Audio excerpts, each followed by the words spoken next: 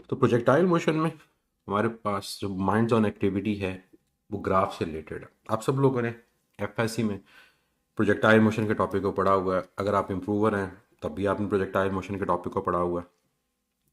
अब आप लोगों ने करना ये है कि आप लोगों ने प्रोजेक्टाइल मोशन के लिए डिस्प्लेसमेंट, वेलोसिटी और एक्सेलेरेशन के ग्राफ ड्रॉ करने हैं। लेकिन उन ग्राफ को ड्रॉ करने से पहले एक मेरा क्वेश्चन आप लोगों से, और वो क्वेश्चन ये कि मैंने डिस्प्लेसमेंट, वेलोसिटी और एक्सेलेरेशन सबके लिए दो दो ग्राफ ड्रॉ क्यों किए हैं। मैंने डिस्प्लेसमेंट के लिए एक ही ग्राफ क्यों नहीं ड्रॉ किया, वेलोसिटी के लिए एक ही ग्राफ ड्रॉ क्यों नहीं किया, और इसी तरह एक्सेलेरेशन के लिए दो दो ग्राफ मैंने क्यों ड्रॉ किए हैं।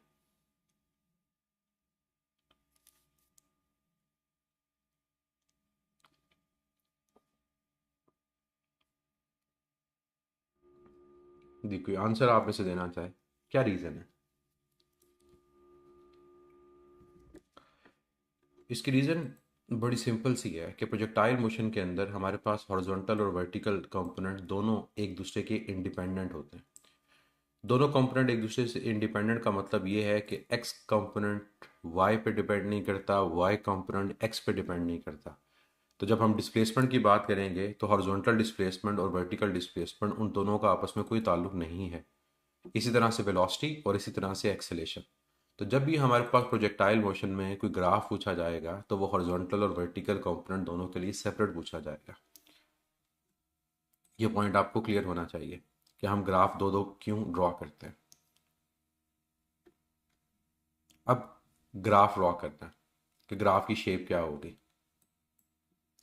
अब सबसे पहले हम डिस्प्लेसमेंट की बात करते हैं। अब आप लोगों को एक बात याद है कि जो डिस्प्लेसमेंट ग्राफ है उसकी स्लोप हमारे पास वेलोसिटी के इक्वल है। जो डिस्प्लेसमेंट का ग्राफ होता है विद रिस्पेक्ट टू टाइम, उसकी स्लोप वेलोसिटी के इक्वल है। अब मुझे बताएं, अगर आपको याद है कि horizontal component of velocity projectile motion में क्या होती है, या यूनिफॉर्म या नॉन यूनिफॉर्म, ताकि हम ग्राफ्स को ड्रॉ करना स्टार्ट करें। कि लेट से अगर हम पहला ग्राफ ड्रॉ करते हैं हॉरिजॉन्टल डिस्प्लेसमेंट के लिए x with respect to time,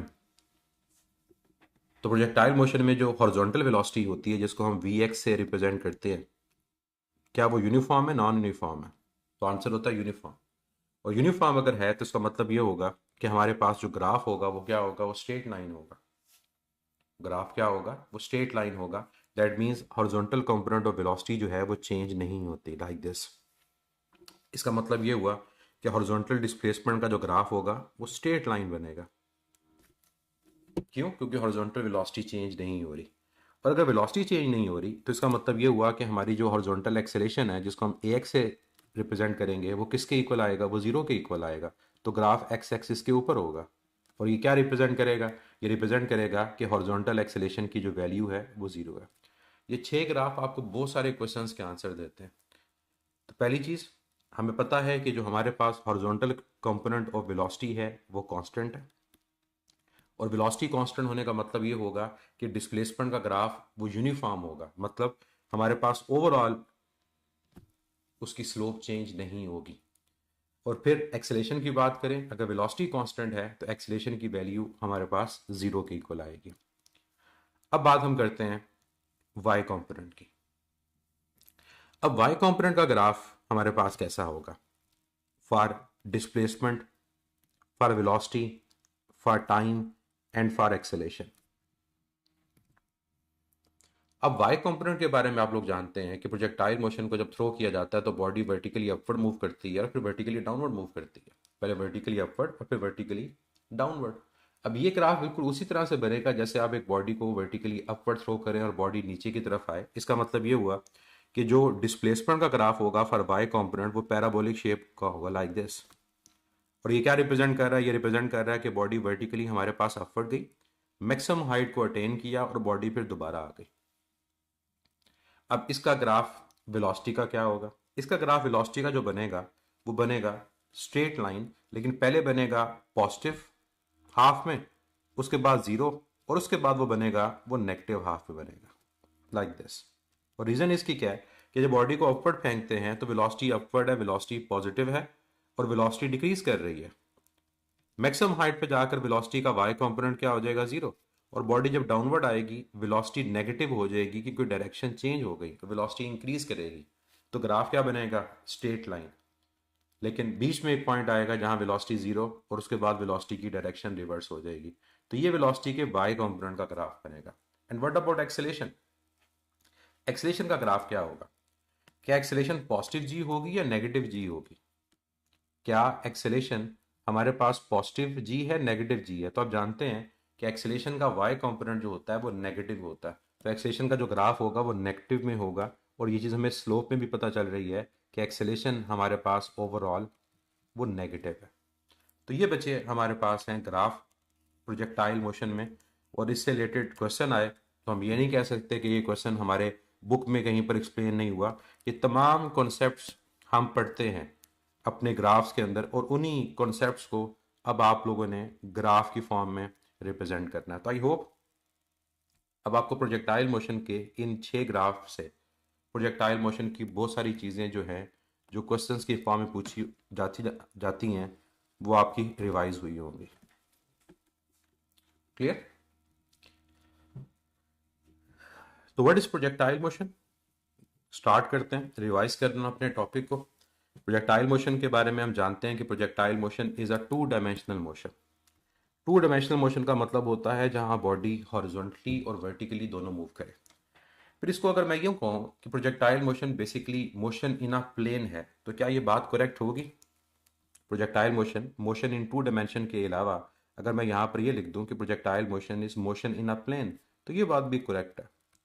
उसकी रीज़न क्या है? प्लेन भी टू डायमेंशनल होता है।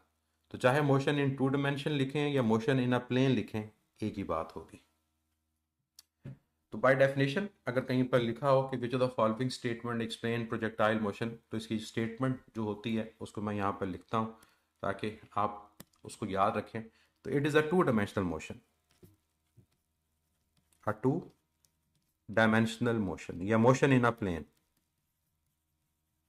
जिसमें क्या होगा?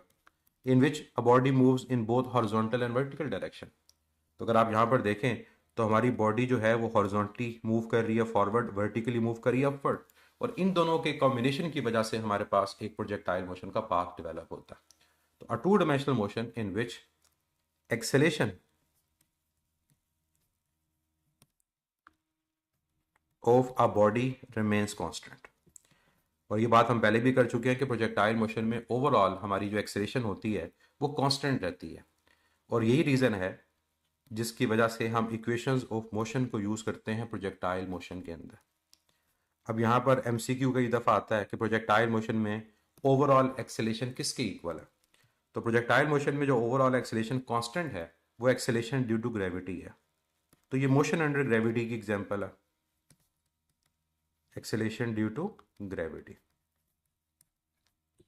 तो इसमें हमें डेफिनेशन के अंदर जो चीज़ मिली एमसीक्यू के हवाले से वो ये कि हमारी जो ओवरऑल एक्सेलेरेशन वो जी के इक्वल होती है, और ये टू डायमेंशनल मोशन है, इसमें एक्सेलेरेशन कांस्टेंट रहती है। अब बॉडी प्रोजेक्टाइल के पाथ को कैसे फॉलो करती है? होता ही है कि फर्ज करो हमारे पास ये ऑब्जेक्ट है जिसका मैस m, जो ग्राउंड के ऊपर है, और हम इसको किसी लॉन्चर के थ्रू लॉन्च करते हैं इनिशियल एंगल थीटा के ऊपर। तो हमने क्या किया? हमने इसको एक इनिशियल वेलोसिटी दी जो ऑब्वियसली किसी लॉन्चर के थ्रू होगी। इस वेलोसिटी को मैं नाम दे देता हूँ vi, और इसका जो एंगल है हॉरिजॉन्टल के साथ वो थीटा है। कई दफ़ा एग्जामिनर आपको एंगल वर्टिकल के साथ दे देगा, वाई एक्सिस के साथ, तो 90 में से सब्ट्रैक्ट करोगे, एक्स एक्सिस के साथ एंगल आ जाएगा। अब इस वेलोसिटी को रिजॉल्व करें तो इस वेलोसिटी के दो कंपोनेंट्स आपके पास बनेंगे। एक हॉरिजॉन्टल कंपोनेंट, वो आपके पास होगा वी आई एक्स, जिसके बारे में हम जानते हैं कि कांस्टेंट रहता है, और एक वाई कंपोनेंट, और वो होगा वी आई वाई। अब इन दो कंपोनेंट्स की वजह से हम देखेंगे कि बॉडी हॉरिजॉन्टल और वर्टिकली दोनों मूव करेगी, और बॉडी ये पैराबोलिक पाथ फॉलो करते हुए अपने टारगेट पॉइंट पे पहुंचेगी। अब कैसे पता चल रहा है कि बॉडी यहाँ पर हॉरिजॉन्टल और वर्टिकल दोनों डिस्प्लेसमेंट कवर कर रही है? कोई पॉइंट कंसिडर करें, फर्स्ट करें जो बॉडी है वो यहाँ पहुंच गई है। अब बॉडी जब यहाँ पहुंच गई है तो आप इजीली देख सकते हैं कि इस पॉइंट के ऊपर बॉडी ने हॉरिजॉन्टल डिस्टेंस भी कवर किया है, और बॉडी ने इस पॉइंट पे वर्टिकल डिस्टेंस भी कवर किया है। आफ्टर द लॉन्च अगर हम देखें तो बॉडी का जो हॉरिजॉन्टल डिस्टेंस है एक्स, वो इंक्रीज कर गया। इसी तरह से बॉडी का जो वर्टिकल हमारे पास डिस्प्लेसमेंट है वाई, वो भी क्या कर गई है? वो भी इंक्रीज कर गई है। चलें थोड़ा आगे चलते हैं, आगे जाके देखते हैं क्या होगा। फर्स्ट करें हमारे पास बॉडी यहां पर आ गई। अब बॉडी जब यहां पर आई तो मेरा क्वेश्चन आपसे ये है कि यहां पर जब बॉडी पहुंचेगी तो क्या उसका हॉरिजॉन्टल कंपोनेंट डिस्प्लेसमेंट का वो इंक्रीज हुआ है या डिक्रीज हुआ है? इस पॉइंट के ऊपर क्या हॉरिजॉन्टल कंपोनेंट ऑफ डिस्प्लेसमेंट वो इंक्रीज हुआ है? क्योंकि अगर मैं यहां से लेकर यहां तक इस बॉडी की पोजीशन को देखूं अलोंग एक्स एक्सिस, क्योंकि पोजीशन ही तो डिस्प्लेसमेंट है, तो ये इसकी पोजीशन है और ये क्या की है, इंक्रीज की है। लेकिन सेम क्वेश्चन अगर मेरा वाई कंपोनेंट के लिए हो, क्या इसका जो वाई कंपोनेंट है डिस्प्लेसमेंट का वो इंक्रीज हुआ है या डिक्रीज हुआ है? पहले तो इंक्रीज हुआ था, अब क्या इंक्रीज हुआ है पहले से डिक्रीज? तो पहले से डिक्रीज हो गया। इसका मतलब वाई कंपोनेंट हमारा पहले इंक्रीज करता है, बॉडी मैक्सिमम हाइट को अचीव करती है, उसके बाद बॉडी जब दोबारा नीचे आना शुरू होती है तो उसका वाई कंपोनेंट वो डिक्रीज करना शुरू कर देता है। इसी वजह से जब हमने वाई की डिस्प्लेसमेंट को शो किया तो कैसे शो किया कि वाई की डिस्प्लेसमेंट पहले इंक्रीज हुई और फिर डिक्रीज हुई। लेकिन जब हमने एक्स के लिए शो किया तो हमने ये शो किया कि एक्स की ओवरऑल डिस्प्लेसमेंट क्या करेगी, वो थ्रू आउट इंक्रीज करती जाएगी। इसलिए एक्स का डिस्प्लेसमेंट का ग्राफ स्ट्रेट लाइन बना, लेकिन वाई के लिए ग्राफ पैराबोलिक बना, जो रिप्रेजेंट करेगा कि एक तो वेलोसिटी कांस्टेंट नहीं है और दूसरा डिस्प्लेसमेंट पहले इंक्रीज करेगी मैक्सिमम हाइट तक और उसके बाद डिक्रीज करेगी। अब ये है प्रोजेक्टाइल मोशन। अब इसकी एजम्पशंस की तरफ आते हैं। प्रोजेक्टाइल मोशन की एजम्पशंस क्या है जिनको यूज करते हुए हम आगे अपनी मैथमेटिकल रिलेशंस को ड्राइव करते हैं। फर्स्ट वन, हम प्रोजेक्टाइल मोशन में ये अज्यूम करते हैं कि कोई एयर रेजिस्टेंस एक्ट नहीं कर रहे। इसी वजह से हमारे जो रिजल्ट्स आएंगे वो एक्चुअल रिजल्ट से डिफरेंट आएंगे। क्या मतलब ये कि अगर मैं कहता हूं कि मेरी हॉरिजॉन्टल डिस्प्लेसमेंट 50 मीटर है तो एक्चुअली वो 50 मीटर नहीं होगी, एक्चुअली वो 50 मीटर से लेसर होगी। क्यों? क्योंकि एयर रेजिस्टेंस उसकी डिस्प्लेसमेंट को रिड्यूस करेगा, मोशन को अपोज करेगा। नंबर टू, जो अर्थ का कर्वेचर है, ऑब्वियसली हम जानते हैं कि अर्थ एक फ्लैट सरफेस नहीं है। अर्थ का कर्वेचर हम ओवरऑल क्या करेंगे, उसके इफेक्ट को निगलेक्ट करेंगे। और हम जब इन क्वेश्चंस को सॉल्व करते हैं, जैसे ऊपर मैंने डायग्राम ड्रॉ की, तो हम अर्थ को एक फ्लैट सरफेस कंसिडर करते हुए सॉल्व करेंगे। तो सेकंड पॉइंट हमारे पास ये है कि effect due to curvature of earth, curvature मतलब जो अर्थ की कर्व सरफेस है, इज नेग्लिजिबल। तो ना ही हम इस लेवल के ऊपर, एफएससी लेवल के ऊपर हम इसको डिस्कस करते हैं, मतलब बीएससी और मास्टर्स लेवल के ऊपर ऑब्वियसली डिस्कस होता है। यहाँ इसके बारे में हम बात नहीं करते और हम यहाँ पर क्या कंसिडर कर रहे होते हैं, earth is considered as a flat surface. Earth is considered as a flat surface. तीसरा पॉइंट हमारे पास ये है कि हम अपने क्वेश्चंस को सॉल्व करते हुए अर्थ की रोटेशन का इफेक्ट भी निगलेक्ट करेंगे। अर्थ का रोटेशन का इफेक्ट, हम जानते हैं कि अर्थ रोटेट कर रही है, अर्थ की स्पिन मोशन है, और स्पिन मोशन की वजह से हमारे पास थोड़ा बहुत ग्रेविटेशनल एक्सेलेरेशन में चेंज जरूर आता है। लेकिन यहाँ पर प्रोजेक्टाइल मोशन के अंदर हमारा जो तीसरी एजम्पशन है वो ये है कि जो अर्थ की रोटेशन की वजह से चेंज कुछ आ रहा होगा उसको भी हम निगलेक्ट करेंगे। और निगलेक्ट करने की जो रीज़न होती है वो ये होती है कि बड़ा स्मॉल चेंज होता है और वो स्मॉल चेंज कंसिडर करना ज़रूरी नहीं होता। तो earth due to rotation of earth is negligible. जब हम सर्कुलर मोशन के यूनिट को पढ़ेंगे तो मैं एक टॉपिक आप लोगों को बिल्कुल शेयर करूंगा, मतलब हमारे सिलेबस में तो नहीं है लेकिन एक एक्स्ट्रा टॉपिक और इम्पॉर्टेंट टॉपिक बाकी टेस्ट के लिए, कि ग्रेविटेशनल एक्सेलरेशन की वैल्यू में वेरिएशन कैसे आती है हाइट के साथ, डेप्थ के साथ, रोटेशन के साथ, पोजीशन के साथ। तो हमें आइडिया होना चाहिए कि अर्थ की रोटेशन का भी ग्रेविटेशनल एक्सेलरेशन यानी जी की वैल्यू के ऊपर इफेक्ट होता है। तो हम प्रोजेक्टाइल मोशन को स्टडी करते हुए अर्थ को स्टैटिक कंसीडर करेंगे। मैं तीनों को अब दोबारा से बता दूं। नंबर वन, हम कोई एयर रेजिस्टेंस को कंसीडर नहीं कर रहे होंगे। नंबर टू, हम अर्थ को एक फ्लैट सरफेस कंसीडर करते हुए अपने प्रोजेक्टाइल मोशन के रिजल्ट्स को डिस्कस करेंगे। एंड नंबर थ्री, हम अर्थ को स्टैटिक कंसीडर करेंगे। और अर्थ को स्टैटिक कंसीडर करने का मतलब क्या है? अर्थ को स्टैटिक कंसीडर करने का मतलब हमारे पास ये है कि जो ओवरऑल एंगुलर वेलोसिटी होगी अर्थ की वो हम कितनी ले रहे हैं, वो जीरो ले रहे हैं। इसमें हमारी बुक में जो मेनली डिस्कस हो रही होती है वो एयर रेजिस्टेंस हो रही होती है, बाकी डिस्कस नहीं होता है। नेक्स्ट, प्रोजेक्टाइल मोशन की टाइप्स। हमारे सिलेबस में दो प्रोजेक्टाइल मोशन की टाइप डिस्कस होती हैं, एक है ऑब्लिक और एक है हॉरिजॉन्टल। ऑब्लिक प्रोजेक्टाइल मोशन और हॉरिजॉन्टल प्रोजेक्टाइल मोशन, बुक में इनके नाम तो डायरेक्टली नहीं लिखे जाते, लेकिन हमें क्वेश्चंस पढ़ के आइडिया हो जाना चाहिए कि कौन सी ऑब्लिक है कौन सी हॉरिजॉन्टल है, ताकि हम उनके फार्मूलाज को फिर प्रॉपरली यूज करें। ये ना हो ऑब्लिक का फार्मूला हॉरिजॉन्टल और हॉरिजॉन्टल का फार्मूला ऑब्लिक पे अप्लाई हो, आंसर आपका गलत होगा, क्योंकि दोनों की कंडीशंस ही डिफरेंट है। अब दोनों की कंडीशंस को सुनिएगा और फिर आगे हम इनके फार्मूलाज को लिखेंगे भी। जो ऑब्लिक प्रोजेक्टाइल मोशन है, इसमें हम जब किसी बॉडी को लॉन्च करते हैं तो उसका जो इनिशियल एंगल है वो 0 से ग्रेटर और 90 से लेसर होगा। 0 नहीं होगा, 90 नहीं होगा। 90 पे तो वर्टिकल मोशन हो जाएगी। तो इसका मतलब जब बॉडी को लॉन्च किया जा रहा है इनिशियल वेलोसिटी vi से, तो जिस एंगल पे लॉन्च किया जा रहा है वो 0 और 90 के दरमियान है। वो 0 के इक्वल नहीं है, वो 90 के इक्वल नहीं है। तो that angle is neither equal to 0 degree nor it is equal to 90 degree. ये बात याद रखनी है। इससे होगा क्या? इससे होगा ये कि बॉडी के इनिशियली वेलोसिटी के दो कंपोनेंट होंगे, एक होगा एक्स कंपोनेंट और एक होगा वेलोसिटी का वाई कंपोनेंट। और आगे जाकर फिर हम जानते हैं कि एक्स की डिस्प्लेसमेंट बढ़ रही है, वाई की डिस्प्लेसमेंट बढ़ती है, फिर कम होती है। दूसरी जो हमारे पास प्रोजेक्टाइल मोशन की टाइप है वो हॉरिजॉन्टल प्रोजेक्टाइल मोशन है। और हॉरिजॉन्टल प्रोजेक्टाइल मोशन में जब बॉडी को लॉन्च किया जाता है तो इनिशियली जो उसका एंगल होता है वो 0 डिग्री होता है, और हम उसको किसी एक हाइट से लॉन्च कर रहे होते हैं। उसकी हाइट 0 नहीं होती। जैसे आप डायग्राम में देखो तो एक सर्टन हाइट के ऊपर एक बॉडी प्रेजेंट है और वहां पर हम उस बॉडी को लॉन्च करेंगे, और जब लॉन्च करेंगे तो हम उसको 0 डिग्री पे लॉन्च करेंगे। इसका मतलब उसकी जो इनिशियल वेलोसिटी होगी उस इनिशियल वेलोसिटी में सिर्फ एक्स कंपोनेंट प्रेजेंट होगा। अगर हमसे पूछा जाए कि यहाँ वेलोसिटी का वाई कंपोनेंट क्या है, तो यहाँ वेलोसिटी का वाई कंपोनेंट 0 है। तो क्योंकि हम जानते हैं कि जब किसी बॉडी को हॉरिजॉन्टली थ्रो किया जाए तो वर्टिकल एक्सिस नहीं होता। तो दोनों का डिफरेंस अब आपके सामने है कि जो हमारे पास ऑब्लिक प्रोजेक्टाइल मोशन है वहां वेलोसिटी का एक्स और वेलोसिटी का वाई दोनों कंपोनेंट प्रेजेंट होंगे और एंगल 0-90 के दरमियान होगा।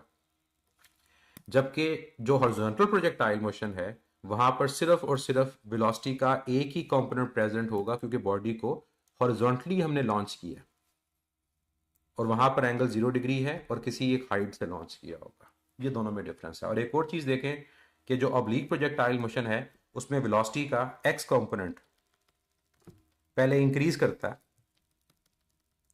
और मैक्सिमम हाइट को अटेन करते हैं, फिर दोबारा से वो वेलोसिटी का जो एक्स कंपोनेंट है वो डिक्रीज कर देता है, बॉडी ग्राउंड पे आ जाती है। लेकिन हॉरिजॉन्टल प्रोजेक्टाइल मोशन में ऐसा नहीं है। यहां पर हमारी वेलोसिटी का जो वाई कंपोनेंट है उसमें सिर्फ एक ही चेंज है, और वो चेंज क्या है?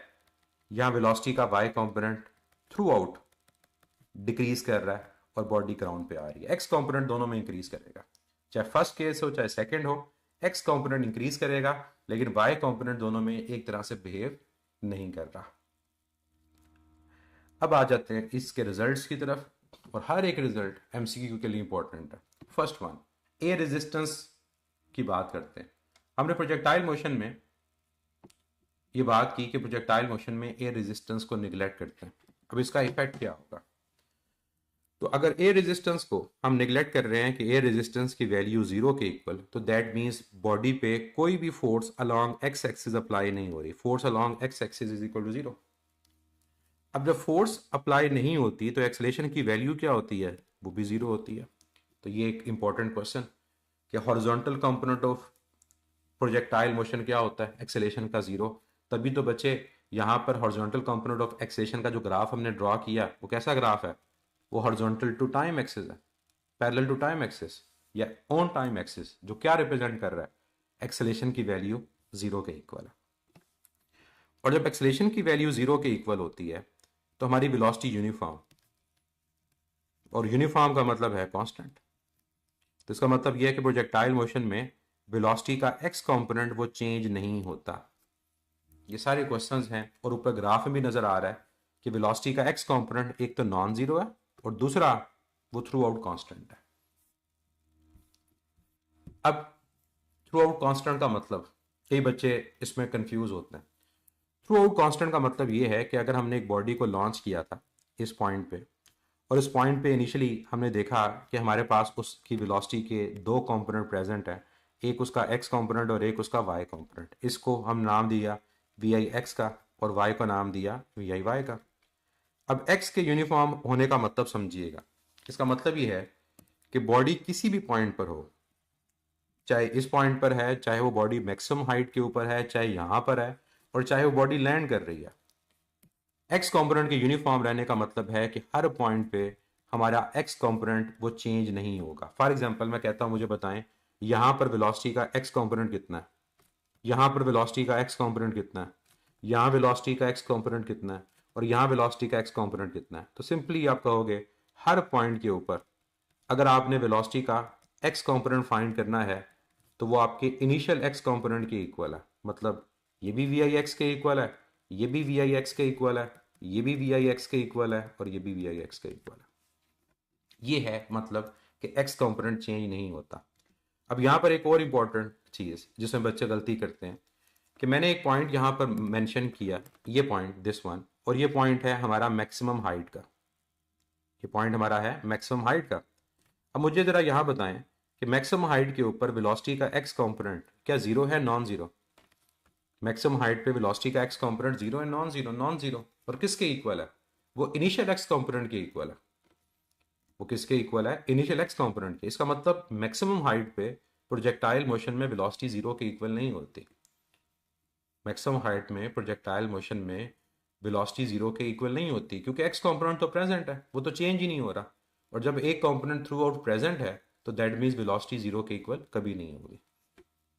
अब आ जाते हैं नेक्स्ट फैक्टर की तरफ, variation of acceleration due to gravity with height. देखें हाइट के साथ हमारे पास ग्रेविटेशनल एक्सेलेरेशन की वैल्यू चेंज होती है, ये हम जानते हैं। क्या होती है? ऑब्वियसली कम होती है, हर एक को पता है। लेकिन प्रोजेक्टाइल मोशन में हम इस बात को यूं कह देते हैं कि जो उसमें ओवरऑल चेंज है वो नेग्लिजिबल है। अब हम ये नहीं कह रहे कि ग्रेविटेशनल एक्सेलेरेशन नेग्लिजिबल है, हम ये कह रहे हैं कि उसमें जो चेंज है वो नेग्लिजिबल है। तो इसका मतलब ये हुआ कि जो फोर्स अलोंग वाई एक्सिस है वो अप्लाई हो रही है, ग्रेविटेशनल फोर्स के इक्वल है, लेकिन कांस्टेंट है। क्यों कांस्टेंट है? क्योंकि जी की वैल्यू चेंज नहीं हो रही और ये नॉन जीरो है। अब जब फोर्स प्रेजेंट है तो एक्सेलेरेशन भी प्रेजेंट है। अब ये एक्सेलेरेशन किसके इक्वल है? क्या पॉजिटिव जी या माइनस जी? माइनस जी। क्यों? क्योंकि बॉडी पे ग्रेविटेशनल फोर्स की डायरेक्शन क्या है? वो डाउनवर्ड है। तो ए वाई की वैल्यू हम यहाँ पर क्या लेते हैं? वो माइनस जी के इक्वल लेते हैं। तो इसका मतलब ये है कि हॉरिजॉन्टल कंपोनेंट ऑफ एक्सेलेरेशन वो तो हमारे पास जीरो के इक्वल है, लेकिन वर्टिकल कंपोनेंट ऑफ एक्सेलेरेशन वो जीरो के इक्वल नहीं होता। और किसके इक्वल होता है? वो माइनस जी के इक्वल होता है। और ये बात हमें ऊपर ग्राफ में नजर भी आ रही है कि एक्सेलेरेशन का जो वाई कंपोनेंट है वो प्रेजेंट है और वो किसके इक्वल है? वो माइनस जी के।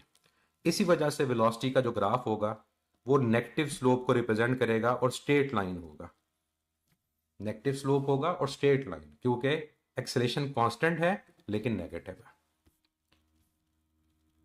अब यहां से हमें वेलोसिटी के वाई कंपोनेंट की क्या इंफॉर्मेशन मिलती है? हमें यहां से वेलोसिटी के वाई कंपोनेंट की इंफॉर्मेशन ये मिलती है कि वेलोसिटी का जो वाई कंपोनेंट है वो यूनिफॉर्म नहीं है, बल्कि वो वेरिएबल है, वो चेंज हो रहा है। और उस वेरिएबल बिहेवियर को हम देख सकते हैं कि क्या बिहेवियर है, क्या बढ़ता है या कम होता है, क्या बढ़ता है या कम होता है। तो इसका आंसर हमें यूं मिलता है कि फर्ज करें हमने बॉडी को इस पॉइंट पे लॉन्च किया, तो बॉडी जब मैक्सिमम हाइट पे की तरफ जा रही होती है तो वेलोसिटी का वाई कंपोनेंट डिक्रीज कर रहा होता है। इस चीज़ को कैसे पता चलता है कि वेलोसिटी का वाई कंपोनेंट डिक्रीज कर रहा है? अब हर पॉइंट पे वेलोसिटी फाइंड करने के लिए टेंजेंट को ड्रॉ करो। जैसे यहाँ पर आपके पास इनिशियल वेलोसिटी है, यहाँ फाइंड करने के लिए आपने टेंजेंट ड्रॉ किया, यहाँ फाइंड करने के लिए टेंजेंट ड्रॉ किया, यहाँ फाइंड करने के लिए टेंजेंट ड्रॉ किया, और इसी तरह से यहाँ भी ड्रॉ किया। अब हर जगह पर एक्स और वाई कंपोनेंट को रिप्रेजेंट करो। ये आपका एक्स कंपोनेंट है, ये आपका वाई कंपोनेंट है। अब देखें वाई कंपोनेंट की वैल्यू यहाँ पर ज़्यादा है, आगे के टेंजेंट का एंगल कम हो गया, टेंजेंट का एंगल कम होने से वेलोसिटी का वाई कंपोनेंट भी कम हो गया। यहाँ पर जाकर एंगल ही जीरो है, यहाँ पर जाकर आपकी वेलोसिटी का वाई कंपोनेंट रिड्यूस होकर कितना हो गया? जीरो। तो हम देख रहे हैं कि मैक्सिमम हाइट पर जाकर वेलोसिटी का एक्स कंपोनेंट प्रेजेंट है, वो ये है, लेकिन y कंपोनेंट जीरो हो गया, तो ओवरऑल वेलोसिटी जीरो नहीं हुई। फिर जब बॉडी नीचे आएगी तो x कंपोनेंट तो कांस्टेंट है, y कंपोनेंट नेगेटिव हो जाएगा और दोबारा से इंक्रीज करना स्टार्ट कर देगा, और जब बॉडी ग्राउंड पे आकर हिट करेगी तो वहां वेलोसिटी का y कंपोनेंट दोबारा से मैक्सिमम हो जाएगा। तो इस वेरिएबल बिहेवियर की अगर हम बात करें कि इसका वेरिएबल बिहेवियर क्या है, तो आप इसके बारे में ये लिखोगे, from point of projection to maximum height. Point of projection से लेकर अगर हम मैक्सिमम हाइट तक बात करें तो वेलोसिटी का y कंपोनेंट डिक्रीज करता है।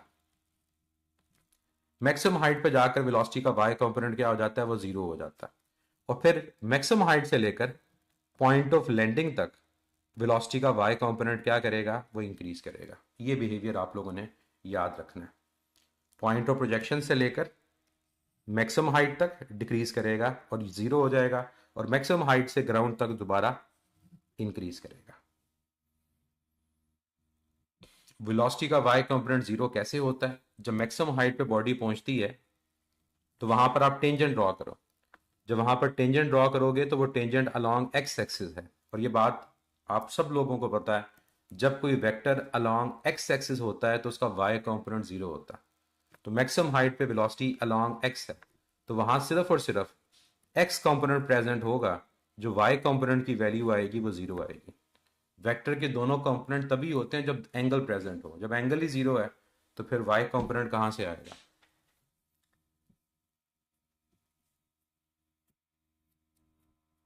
अब आ जाए next point, maximum and minimum velocity of projectile. Projectile की मैक्सिमम और मिनिमम वेलोसिटी कहां होती है। हमसे अगर क्वेश्चन पूछा जाए मैक्सिमम वेलोसिटी, तो वो पॉइंट ऑफ प्रोजेक्शन और पॉइंट ऑफ लैंडिंग पे होगी, दो पॉइंट्स पे। और अगर पूछा जाए मिनिमम वेलोसिटी, तो वो मैक्सिमम हाइट पे होगी। तो कहां है मैक्सिमम वेलोसिटी, दो पॉइंट्स पे, एक पॉइंट ऑफ प्रोजेक्शन जब उसको लॉन्च किया, और दूसरा हमारा पॉइंट कौन सा होता है, दूसरा पॉइंट उसका पॉइंट ऑफ लैंडिंग, जहां पर वो दोबारा आकर ग्राउंड को हिट करेगी। और मिनिमम वेलोसिटी की बात की जाए कि वो कहां पर होता है, तो वो हमारे पास मैक्सिमम हाइट पर। रिवीजन पर्पस के लिए मैं आपसे क्वेश्चन पूछ रहा हूं दोबारा से, ताकि आपको ये चीज याद हो जाए कि मुझे बताएं कि मैक्सिमम हाइट के ऊपर प्रोजेक्टाइल की वेलोसिटी क्या होती है। मैक्सिमम हाइट के ऊपर वेलोसिटी क्या होती है, जीरो या नॉन जीरो। फिर गलती कर रहे हैं, प्रोजेक्टाइल मोशन में मैक्सिमम हाइट पे वेलोसिटी जीरो नहीं होती। प्रोजेक्टाइल मोशन में कोई पॉइंट ऐसा नहीं होता जहां वेलोसिटी जीरो हो। क्यों जीरो नहीं होती, मैंने अभी आपको एक्सप्लेन किया कि वेलोसिटी के दो कंपोनेंट हैं, एक है एक्स और एक है वाई। तो हाइट के ऊपर आपका जो एक्स कंपोनेंट है वो आपके इनिशियल एक्स कंपोनेंट के इक्वल है, क्योंकि एक्स कंपोनेंट तो चेंज ही नहीं होता। लेकिन जो आपका वाई कंपोनेंट है वो जीरो के इक्वल है। और जब भी हम कहीं पर टोटल वेलोसिटी को फाइंड करते हैं तो हमें एक्स कंपोनेंट और वाई कंपोनेंट के स्क्वायर को ऐड करना पड़ता है। एक्स का स्क्वायर वाई का स्क्वायर होल अंडर रूट, तो क्या वो वैल्यू जीरो के इक्वल आएगी, नो। तो एक्स कंपोनेंट चेंज नहीं होता, इस वजह से वेलोसिटी कभी भी जीरो नहीं होती, मिनिमम जरूर होती है लेकिन जीरो नहीं होती। नेट एक्सेलेरेशन प्रोजेक्टाइल मोशन में क्या है, प्रोजेक्टाइल मोशन में जो नेट एक्सेलेरेशन है दैट इज इक्वल टू जी। ये डायरेक्ट रिजल्ट हम लोगों ने डेफिनेशन में भी लिखा, लेकिन कैसे। तो देखो एक्सेलेरेशन की भी दो कंपोनेंट है, एक है वाई और एक है एक्स। तो वेक्टर की फॉर्म में जब सॉल्व करेंगे तो ए एक्स का स्क्वायर प्लस ए वाई का स्क्वायर होल अंडर रूट, ये मैग्नीट्यूड का फॉर्मूला। अब आपको ए एक्स की वाई और ए वाई की वैल्यू पता है। ए एक्स की वैल्यू क्या है, जीरो, और ए वाई की वैल्यू क्या है, वो माइनस जी है। तो जब आप सॉल्व करोगे नेगेटिव का square positive square under root से कैंसिल होगा, तो आपका आंसर क्या आ जाएगा, वो आंसर जी के इक्वल आ जाएगा। तो प्रोजेक्टाइल मोशन में जो ओवरऑल एक्सेलेरेशन है या नेट एक्सेलेरेशन, वो किसके इक्वल होती है, वो जी के इक्वल होती है। तो चाहे ये वर्ड नेट एक्सेलेरेशन का हो कि सिंपल एक्सेलेरेशन का हो, जी आपका आंसर होगा। नेक्स्ट, पाथ या ट्रेजेक्ट्री ऑफ प्रोजेक्टाइल। प्रोजेक्टाइल का पाथ कैसा है, शेप क्या है, तो इसकी जो ज्योमेट्रिकल शेप है that is parabola. Parabola geometrical shape है, चाहे आप पैराबोला बोलो चाहे आप बोलो कि पैराबोलिक पाथ है, एक ही बात होगी। अब पैराबोला हम मैथमेटिक्स में पढ़ते हैं, पैराबोला बेसिकली कॉनिकल शेप है, जैसे सर्कल है, सर्कल कॉनिकल शेप है, एलिप्स एलिप्टिकल शेप, ये कॉनिकल शेप है। चार कॉनिकल शेप्स होती हैं, सर्कल, एलिप्स, पैराबोला और हाइपरबोला। अब ये जो चार ज्योमेट्रिकल शेप्स हैं, इसके मुताबिक हम ये देखते हैं कि हमारे पास जो प्रोजेक्टाइल मोशन उसके पाथ की शेप क्या है, तो उसकी पाथ की शेप पैराबोलिक होती है। अब ये पैराबोला चार तरह के होते हैं। हमारे पास एक पॉजिटिव एक्स का होता है, एक्स जो हमारे पास होगा, और एक नेगेटिव पे होगा, एक टाइम पर एक, दो पाथ इकट्ठे नहीं हो सकते, और एक पॉजिटिव आई होगा और इसी तरह से एक नेगेटिव आई होगा। अब हमारे पास पैराबोला कौन सा है? हमारे पास पैराबोला कौन सा है? हमारे पास पैराबोला जो यहां पर होता है वो दिस वन, ये वाला होता है। ये पैराबोला हमारे केस में होता है जो नेगेटिव वाई पे ओपन हो रहा है। तो ये पैराबोला हम देखते हैं कि हमें नजर आता है, चाहे वो कंप्लीट हमें नजर आए, चाहे वो हाफ नजर आए। अब ये कंप्लीट और हाफ का मतलब क्या है? जब हम ऑब्लिक प्रोजेक्टाइल मोशन को देख रहे होते हैं तो हमारे पास कंप्लीट पैराबोला बनता है like this.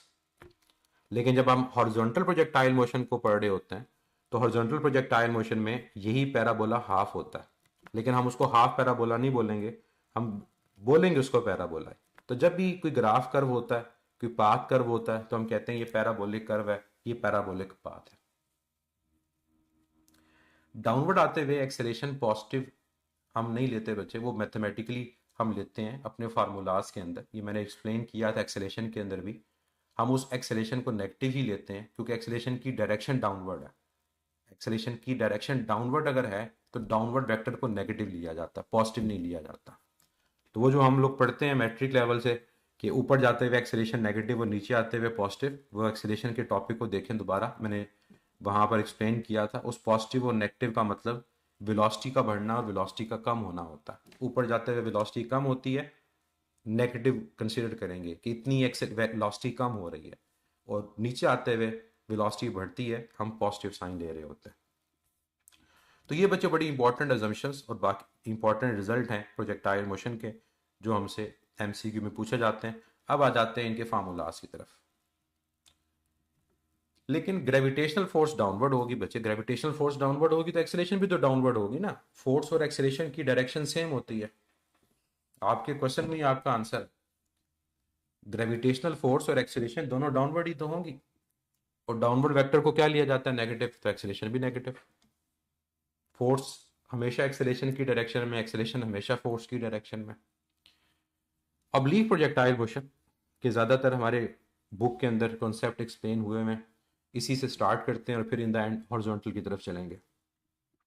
Oblique projectile motion मैंने पहले एक्सप्लेन किया, जहां पर आपका जो इनिशियल एंगल है वो ना तो 0 डिग्री है और ना आपके पास इनिशियल एंगल 90 डिग्री है, बल्कि हम बॉडी को जब लॉन्च कर रहे हैं तो हमारा जो इनिशियल एंगल है वो 0 से ग्रेटर और 90 से लेसर है। इस बात को आप यूं भी कह सकते हो कि जब आपने एक बॉडी को इनिशियली लॉन्च किया है तो वहां पर वेलोसिटी के दोनों कंपोनेंट प्रेजेंट होंगे। अगर ये वेलोसिटी वी आई है और ये आपके पास एंगल थीटा, तो बाय रेजोल्यूशन यहाँ पर वेलोसिटी का एक्स कंपोनेंट भी प्रेजेंट है और यहाँ वेलोसिटी का वाई कंपोनेंट भी प्रेजेंट है। तो क्वेश्चन को पढ़कर आपको आइडिया हो जाना चाहिए कि ये ऑब्लिक का केस है या हॉरिजॉन्टल का केस है। तो यहाँ पर वेलोसिटी का x component that is non zero और वेलोसिटी का Y component that is also non zero.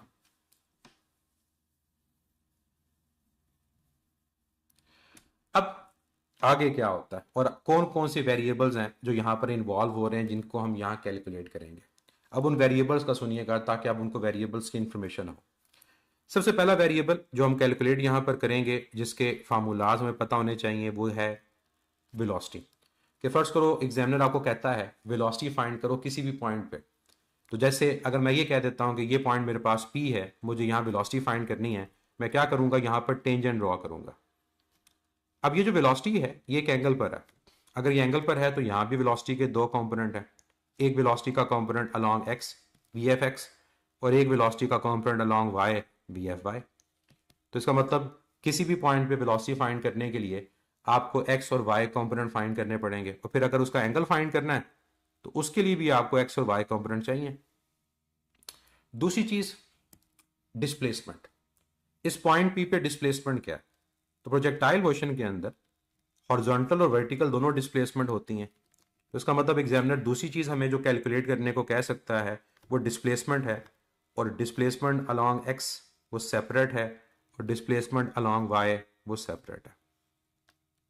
तो पहली चीज वेलोसिटी का पता होना चाहिए हमें कि वेलोसिटी को किस तरह से कैलकुलेट करते हैं, और दूसरी चीज हमें डिस्प्लेसमेंट का पता होना चाहिए। Third one, height. और कौन सी हाइट? Maximum height. एक पॉइंट पे बॉडी के बारे में ये कहा जाएगा कि बॉडी ने मैक्सिमम वर्टिकल डिस्प्लेसमेंट को अचीव कर लिया। तो ये जो मैक्सिमम वर्टिकल डिस्प्लेसमेंट बॉडी की होती है, इस मैक्सिमम वर्टिकल डिस्प्लेसमेंट को हाइट कहा जाता है। मैक्सिमम वर्टिकल डिस्प्लेसमेंट मतलब जब इस y की वैल्यू मैक्सिमम हो जाएगी, हम कह देंगे कि that maximum vertical displacement is called height. इसके अलावा टाइम। जब बॉडी को लॉन्च किया था उस पॉइंट के ऊपर आपका जो टाइम था वो 0 था। जब बॉडी दोबारा ग्राउंड को हिट करेगी तो टोटल टाइम कितना लगा, ये हमारे पास कहलाता है time of flight. Point of projection से लेकर पॉइंट ऑफ लैंडिंग तक का टोटल टाइम, ये हम कैलकुलेट करेंगे। एंड लास्ट थिंग, रेंज, कि किस पॉइंट के ऊपर हमारी जो हॉरिजॉन्टल डिस्प्लेसमेंट है ये वो हमारे पास मैक्सिमम हो जाती है, हमें पता होना चाहिए। तो ओवरऑल जो डिस्प्लेसमेंट की वैल्यू है इसको भी कैलकुलेट किया जाएगा, और इस ओवरऑल जो डिस्प्लेसमेंट होती है हॉरिजॉन्टल, उसको हम क्या नाम दे रहे होते हैं? हम उसको रेंज का नाम दे रहे होते हैं। यहां तक तो ये एक्स है, लेकिन ओवरऑल इसको हम क्या कहते हैं? Range of projectile. तो ये वेरिएबल्स आपको पता होने चाहिए। और एक और वेरिएबल जो हर बुक में नहीं है लेकिन सिंध की बुक के अंदर ये डिस्कस किया जाता है, और वो है ट्रेजेक्ट्री। इसका फार्मूला भी है कि जो हम कहते हैं ना कि प्रोजेक्टाइल मोशन में जो पाथ बनता है वो पैराबोला बनता है, तो ये बेसिकली इसके ट्रेजेक्ट्री की इक्वेशन है जो पैराबोलिक इक्वेशन को रिप्रेजेंट करती है। Velocity, displacement, height, time, range, और आखिरी जो चीज़ है जो अगर आपकी बुक में नहीं, आप स्किप कर सकते हो, वो है ट्रेजेक्ट्री। इनके फार्मूलाज आपको पता होने चाहिए। और ये तमाम फार्मूलाज कहाँ से ड्राइव होते हैं? ये तमाम फार्मूलाज ड्राइव होते हैं इक्वेशन ऑफ मोशन से, क्योंकि प्रोजेक्टाइल मोशन में एक्सेलेरेशन कांस्टेंट रहती है, और हम यहाँ पर इनमें से कोई भी वेरिएबल फाइंड करना हो हम इक्वेशन ऑफ मोशन को यूज कर सकते हैं।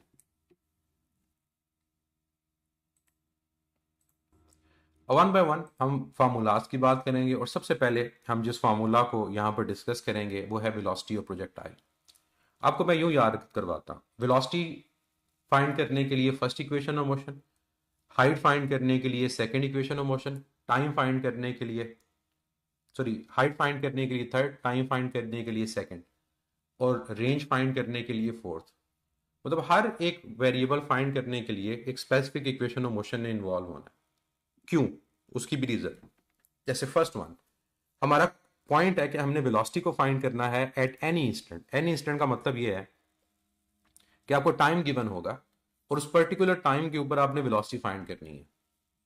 तो अब देखो, डिस्प्लेसमेंट का तो नहीं पता ना, इसका मतलब वेलोसिटी फाइंड करने के लिए हमने वो फार्मूला यूज करना है जिसमें हमारे पास फाइनल वेलोसिटी आती है और टाइम आता हो, जिसमें फाइनल वेलोसिटी आती है और टाइम आता हो। तो जब आप इक्वेशन ऑफ मोशन को देखेंगे तो एक इक्वेशन ऑफ मोशन ऐसी है जहां फाइनल वेलोसिटी भी है और टाइम भी है, और वो है फर्स्ट। तो पहला काम हमारा ये है कि जब एक बॉडी को हमने इनिशियली लॉन्च किया इनिशियल वेलोसिटी वी से, जिसके दो कंपोनेंट हमारे पास हैं, एक कंपोनेंट अलोंग एक्स और एक कंपोनेंट अलोंग वाई, और हमें किसी भी एक पर्टिकुलर टाइम के ऊपर, लेट से हम कहते हैं यहां पर इस जगह हमें फाइंड करनी है उसकी वेलोसिटी, तो हम क्या करते हैं? हम वहां पर टेंजेंट ड्रॉ करके उसके एक्स और वाई कंपोनेंट को मेंशन कर देते हैं कि ये वेलोसिटी का एक्स कंपोनेंट और ये वेलोसिटी का वाई कंपोनेंट। अब इसकी कैलकुलेशन के लिए मैंने क्या कहा? कौन सी इक्वेशन यूज करोगे? फर्स्ट। और उस फर्स्ट इक्वेशन को दो दफा यूज करोगे। V F is equal to we I plus A T. दो दफा क्यों माइंड में आता है? दो दफा क्यों? क्योंकि हमारे पास वेलोसिटी के दो कंपोनेंट है, एक एक्स है और एक वाई है, और दोनों इंडिपेंडेंट होते हैं एक दूसरे के। तो एक्स के लिए यूज करोगे तो आएगा V F X is equal to we I X plus A X into T, और जब वाई के लिए यूज करेंगे तो V F Y is equal to we I Y plus A Y into T. अब जिसकी वैल्यू पता है उसको सब्स्टिट्यूट करो। यहां मुझे ए एक्स की वैल्यू पता है, यहां मुझे ए वाई की वैल्यू पता है। ए एक्स किसके इक्वल है? ए एक्स 0 के इक्वल है। और ए वाई किसके इक्वल है? वो माइनस जी के इक्वल है। तो जब दोनों को सब्स्टिट्यूट करेंगे तो वी एफ एक्स इक्वल आ जाएगा वी आई एक्स के, और वी एफ वाई वो इक्वल आ जाएगा वी आई वाई माइनस जी टी के। तो ये बच्चे आपके पास वेलोसिटी के एक्स और वाई कंपोनेंट कैलकुलेट हो गए। अगर कभी भूल जाए तो उसके लिए मैंने आपको बताया है कि कैसे आए। अब नेक्स्ट काम वो सिंपल है कि आप लोगों को दो चीज़ें फाइंड करनी होती हैं, एक मैग्नीट्यूड फाइंड करनी होती है और एक डायरेक्शन। तो अगर आपको वेलोसिटी वेक्टर की मैग्नीट्यूड फाइंड करनी है तो क्या करेंगे, इन एक्स कंपोनेंट का स्क्वायर लेकर इनको ऐड करके अंडर रूट ले लेंगे। तो वी एफ एक्स का square plus V F Y का स्क्वायर। और अगर आपको ये एंगल चाहिए इस पॉइंट पे कि ये एंगल क्या है, इसको मैं फाई से रिप्रेजेंट करता हूं। तो एंगल फाइंड करने के लिए tan inverse Y component over X component. तो ये सारी इंफॉर्मेशन आपके पास है, आप वैल्यूज पुट करके इसको सॉल्व कर सकते हो। क्लियर? ये आपके पास पहला फार्मूला आ गया। अब जब भी कोई क्वेश्चन आए कि किसी पॉइंट पे वेलोसिटी को फाइंड करना हो, तो आपने अगर मैग्नीट्यूड फाइंड करनी है या आपने डायरेक्शन फाइंड करनी है, तो आपको उसके लिए वी एफ एक्स और वी आई एक्स एफ वाई की वैल्यू पता होनी चाहिए। क्योंकि जब तक आपको ये वैल्यूज नहीं पता होंगी, आप कभी भी मैग्नीट्यूड को डायरेक्शन को फाइंड नहीं कर सकता। तो ये चीज़ ज़रूरी है। एक्स कॉम्पोनेंट वो तो आपके पास जो इनिशियल एक्स कॉम्पोनेंट होगा वो उसके इक्वल होगा, और वाई कॉम्पोनेंट वी आई वाई माइनस जी टी। और ये तो पता है ना कि वी आई वाई किसके इक्वल है, वी आई वाई किसके इक्वल है, और वी आई एक्स किसके इक्वल है। वी एफ वाई वी आई साइन थीटा के इक्वल होगा, और वी आई वाई किसके, वी एफ एक्स किसके इक्वल होगा, वो वी आई कॉस थीटा के इक्वल होगा। इसका मतलब हमें एंगल की वैल्यू चाहिए। अगर डायरेक्टली हमें वैल्यू नहीं गिवन, तो एंगल अगर गिवन होगा तो वहां से भी इन कंपोनेंट्स को फाइंड कर सकते हैं। मैं लिख भी देता हूँ, कई बच्चे फिर इसमें कंफ्यूज होते हैं कि ये किसके इक्वल है।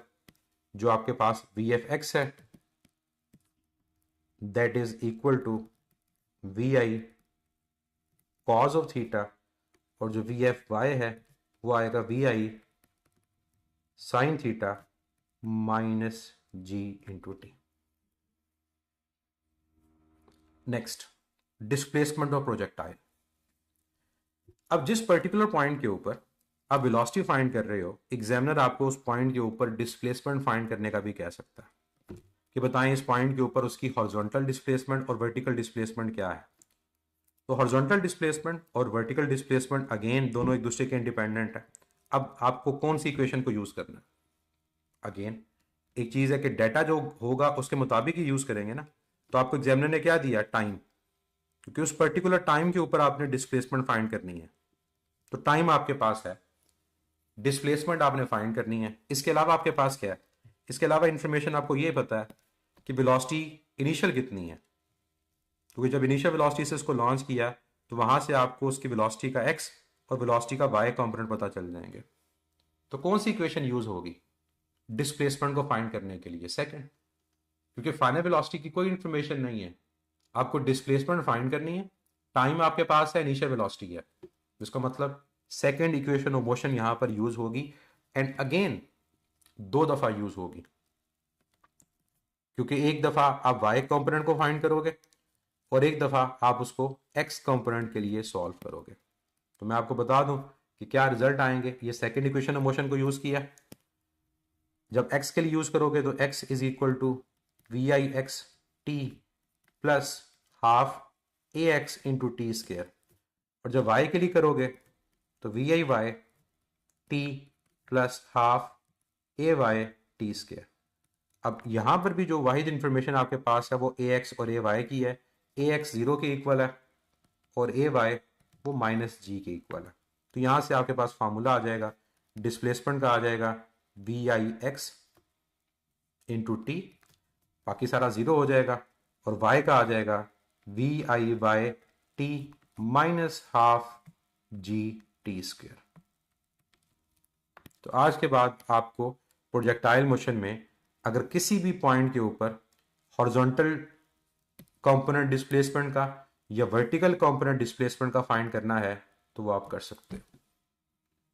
कि अगर मैं आपको कहूं कि इनिशियल वेलोसिटी जो है वो 25 मीटर पर सेकंड है, इनिशियल एंगल 30 डिग्री है, तो मुझे बताएं 5 सेकंड के बाद उसकी हॉरिजॉन्टल और वर्टिकल जो कंपोनेंट है डिस्प्लेसमेंट का उसकी वैल्यू क्या है।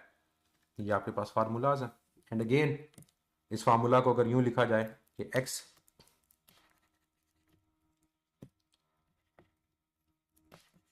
इज इक्वल टू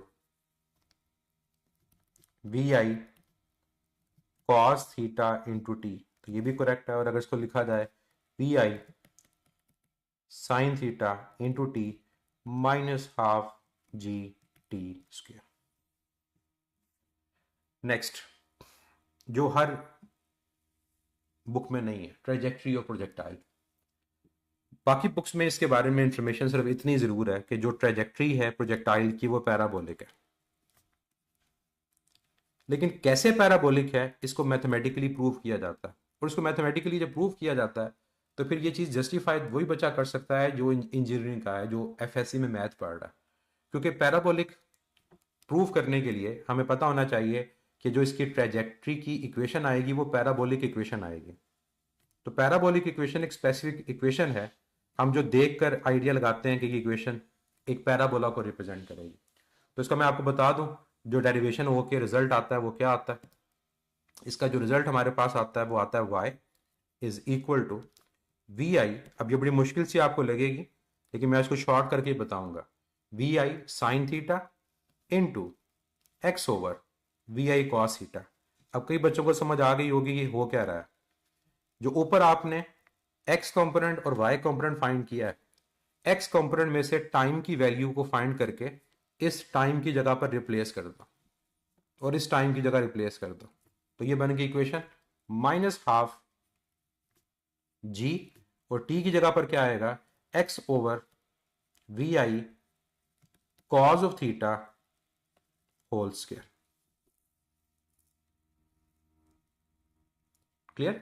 अब आगे जब सॉल्व करेंगे क्या होगा, ये sine theta over cos theta ये क्या बन जाएगा, ये टेन थीटा बन जाएगा। Sine theta over cos theta ये टेन थीटा बन गया। तो ये इक्वेशन आपके पास बन जाती है y इज इक्वल टू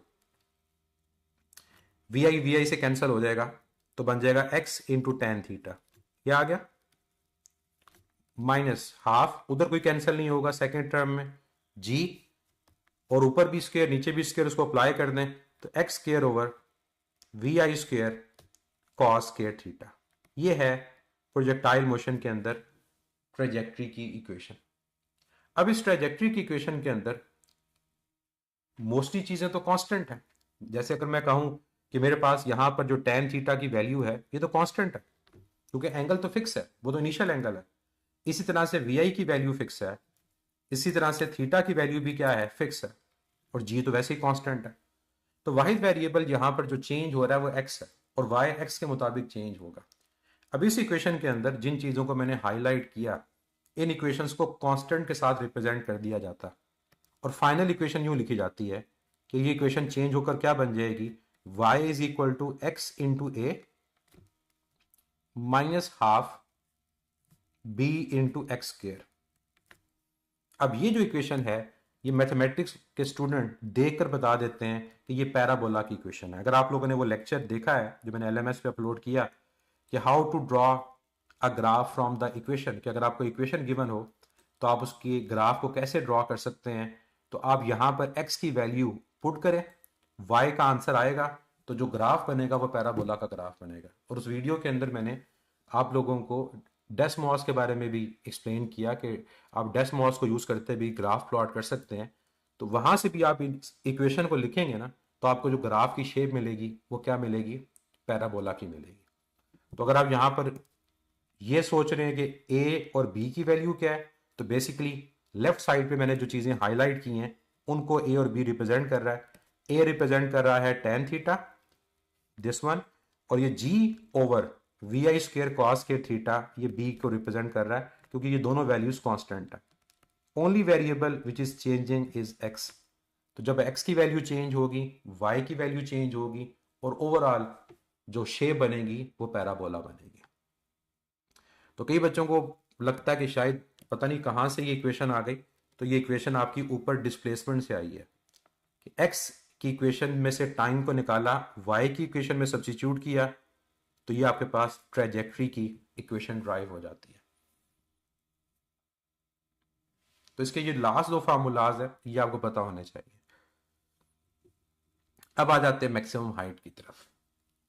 हमने फर्स्ट इक्वेशन को यूज कर लिया, हमने सेकेंड इक्वेशन को यूज कर लिया, तो माइंड में आता है कि हाइट फाइंड करने के लिए फिर कौन सी equation, third equation of motion.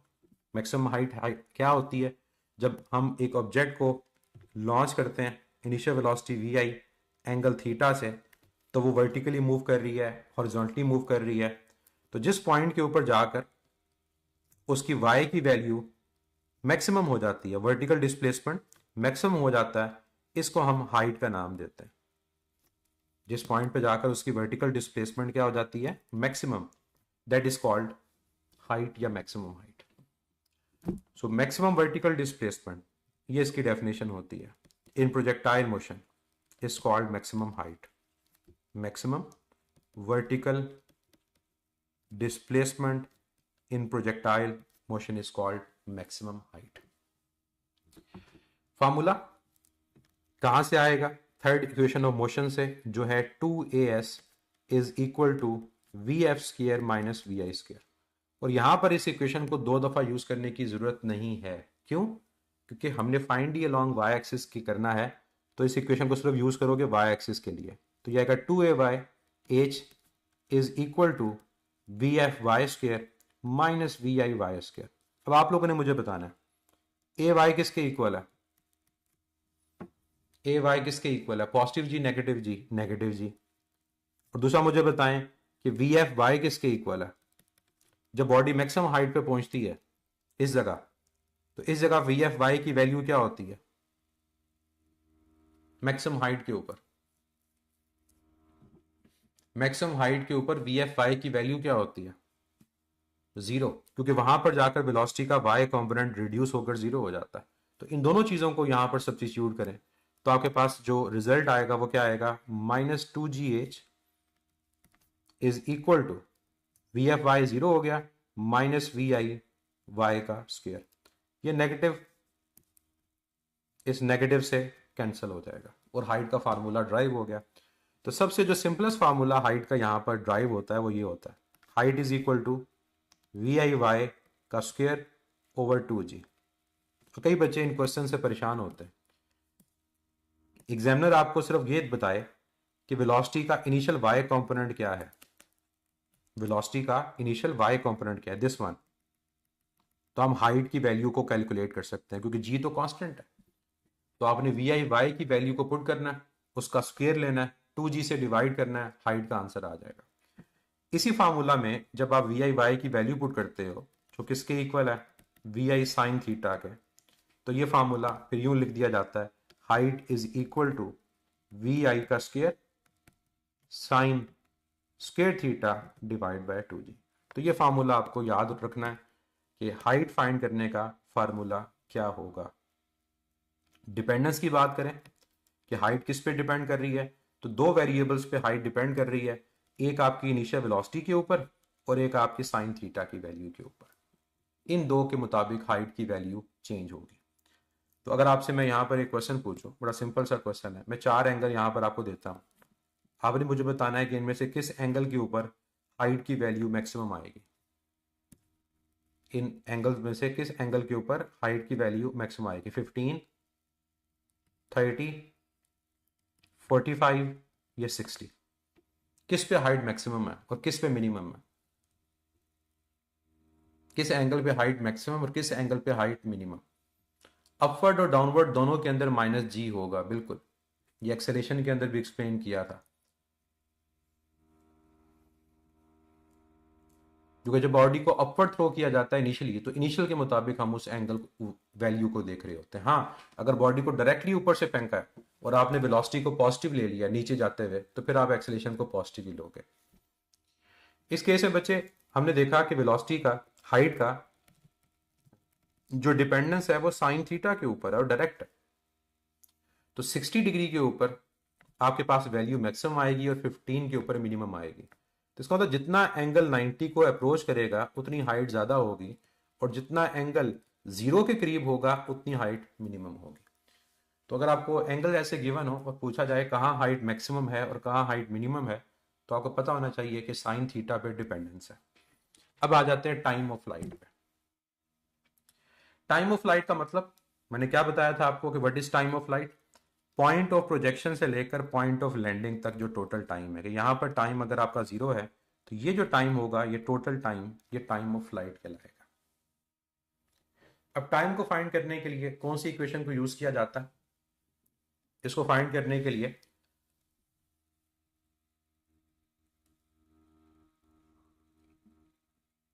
कौन सी इक्वेशन को यूज किया जाता है? Second equation of motion. Second equation of motion को यूज करके टाइम ऑफ फ्लाइट को कैलकुलेट करते हैं। बिल्कुल बच्चे, ऊपर स्केयर लेना है और स्केयर लेने से फर्क थोड़ी पड़ेगा, वैल्यू तो मजीद बढ़ेगी।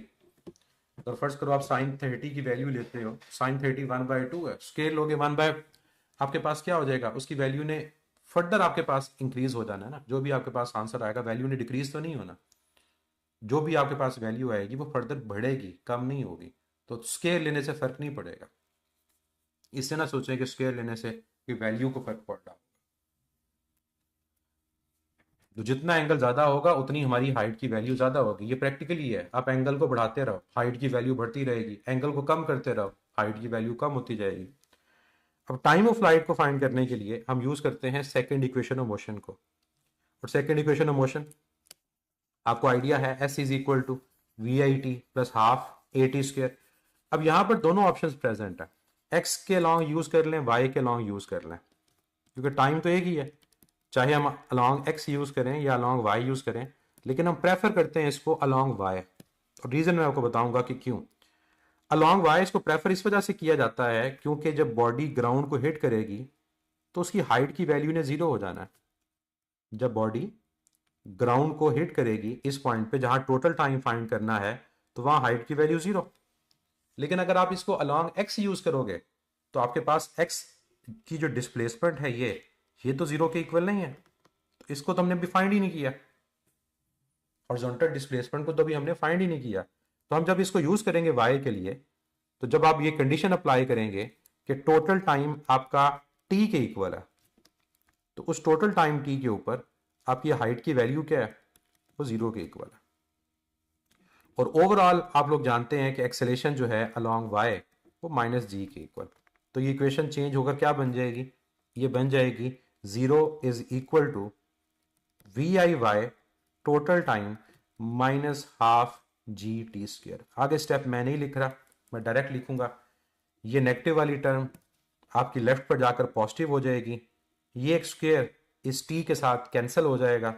तो टाइम ऑफ फ्लाइट का जो फार्मूला आएगा वो कुछ यूं आएगा कि आपका 2 टाइम वी आई वाई, अगेन वेलोसिटी का Y component divide by G. तो ये सबसे सिंपलेस्ट फार्मूला है कि अगर आपको इनिशियल वेलोसिटी का वाई कंपोनेंट गिवन हो तो आप वहां से टोटल टाइम को कैलकुलेट कर सकते हो। अगर आपको क्या गिवन हो? सिर्फ वेलोसिटी का वाई कंपोनेंट गिवन हो, क्योंकि जी कांस्टेंट है, आपकी वैल्यू आ जाएगी।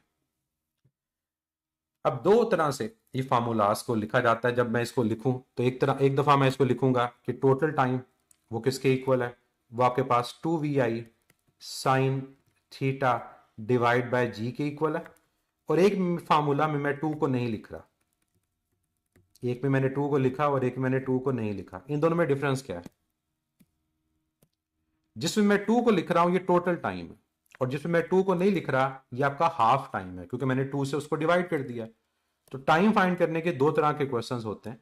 एक होता है आपका टोटल टाइम फाइंड करें, पॉइंट ऑफ प्रोजेक्शन से लेकर पॉइंट ऑफ लैंडिंग तक। और एक होता है मैक्सिमम हाइट तक टाइम फाइंड करें, कि मैक्सिमम हाइट तक पहुंचने में कितना टाइम लगा।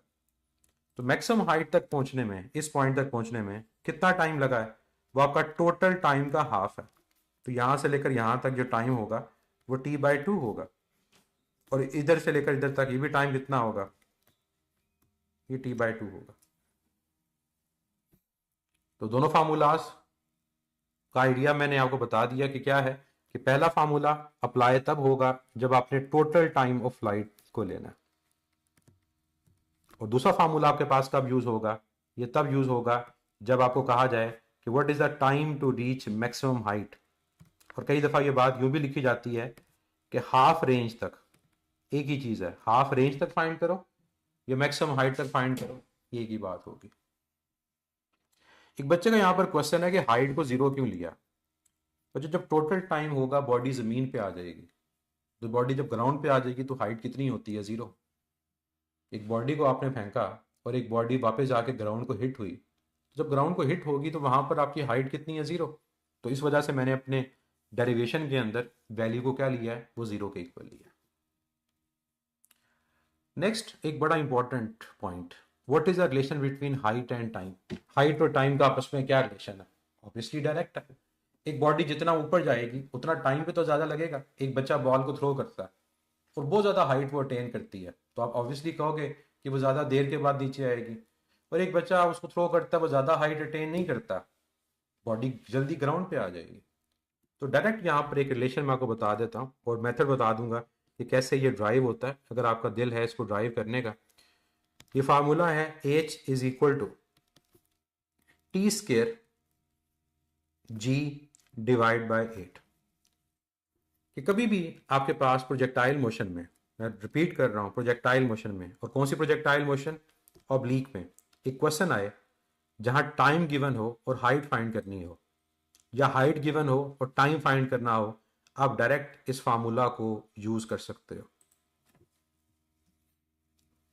और यहां पर या तो हाइट गिवन होगी या टाइम गिवन होगा। और आप दूसरा फार्मूला, जो मैं प्रेफर नहीं करूंगा सेपरेट याद करने, किसी को याद करें, दूसरा फार्मूला जो यहां पर बनेगा वो ये बनेगा कि जब टी को फाइंड करना है 8h/g, ये आपके पास टाइम का फार्मूला। ये कैसे आया, ये फार्मूला कैसे आया, कई बच्चों का क्वेश्चन होता है कि कहां से हमने ड्राइव किया। अब सुन लें फिर इसको खुद ट्राई कर लीजिएगा। आपके पास फार्मूला हाइट का भी है, आपके पास फार्मूला टाइम का भी है। टाइम का फार्मूला है 2vi साइन थीटा ओवर जी, और हाइट का फार्मूला है vi square sine square theta over 2g। अब आप लोगों ने करना क्या है, टाइम के फार्मूला में से vi साइन थीटा की वैल्यू को निकालना है और उस वैल्यू को निकालकर नीचे हाइट के फार्मूला में सब्स्टिट्यूट कर देना। तो जब आप ऊपर vi साइन थीटा की वैल्यू को निकाल के यहां सब्स्टिट्यूट करोगे और स्क्वायर लेना ना भूलना, तो सॉल्व करने के बाद आपके ये फार्मूलाज ड्राइव हो जाते हैं। तो अगर आप ड्राइव करना चाहें आप इसको इजीली ड्राइव कर सकते हैं। अब मैं आपको क्वेश्चन एक देता हूं प्रैक्टिस के लिए, अब आप उसको इजीली सॉल्व कर लेंगे क्योंकि अब आपको फार्मूला है पता है। क्वेश्चन एग्जामिनर ये कहेगा कि एक प्रोजेक्टाइल को हॉरिजॉन्टल एक एंगल से लॉन्च किया, इससे आपको पता चल गया कि ये ऑब्लिक प्रोजेक्टाइल मोशन है।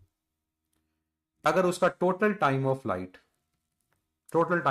पॉइंट ऑफ प्रोजेक्शन से लेकर पॉइंट ऑफ लैंडिंग तक वो 50 सेकेंड है, तो बताओ उस बॉडी ने कितनी हाइट अटेन की है।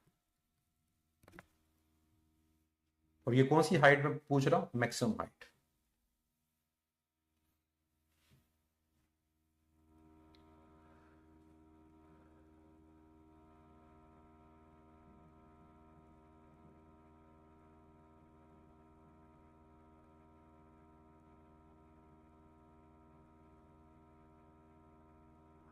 जी जी से कैंसिल नहीं होगा, जब सॉल्व करेंगे तो आपको आइडिया होगा कि नीचे स्क्वायर है तो वो जी स्क्वायर बन जाएगा, एक जी कैंसिल होगा दूसरा जी रह जाएगा।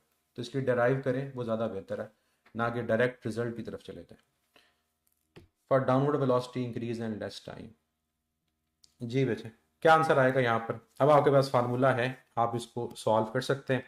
आप यहाँ पर हाइट का फार्मूला यूज़ करेंगे जो किसके इक्वल है, T square G divide by 8।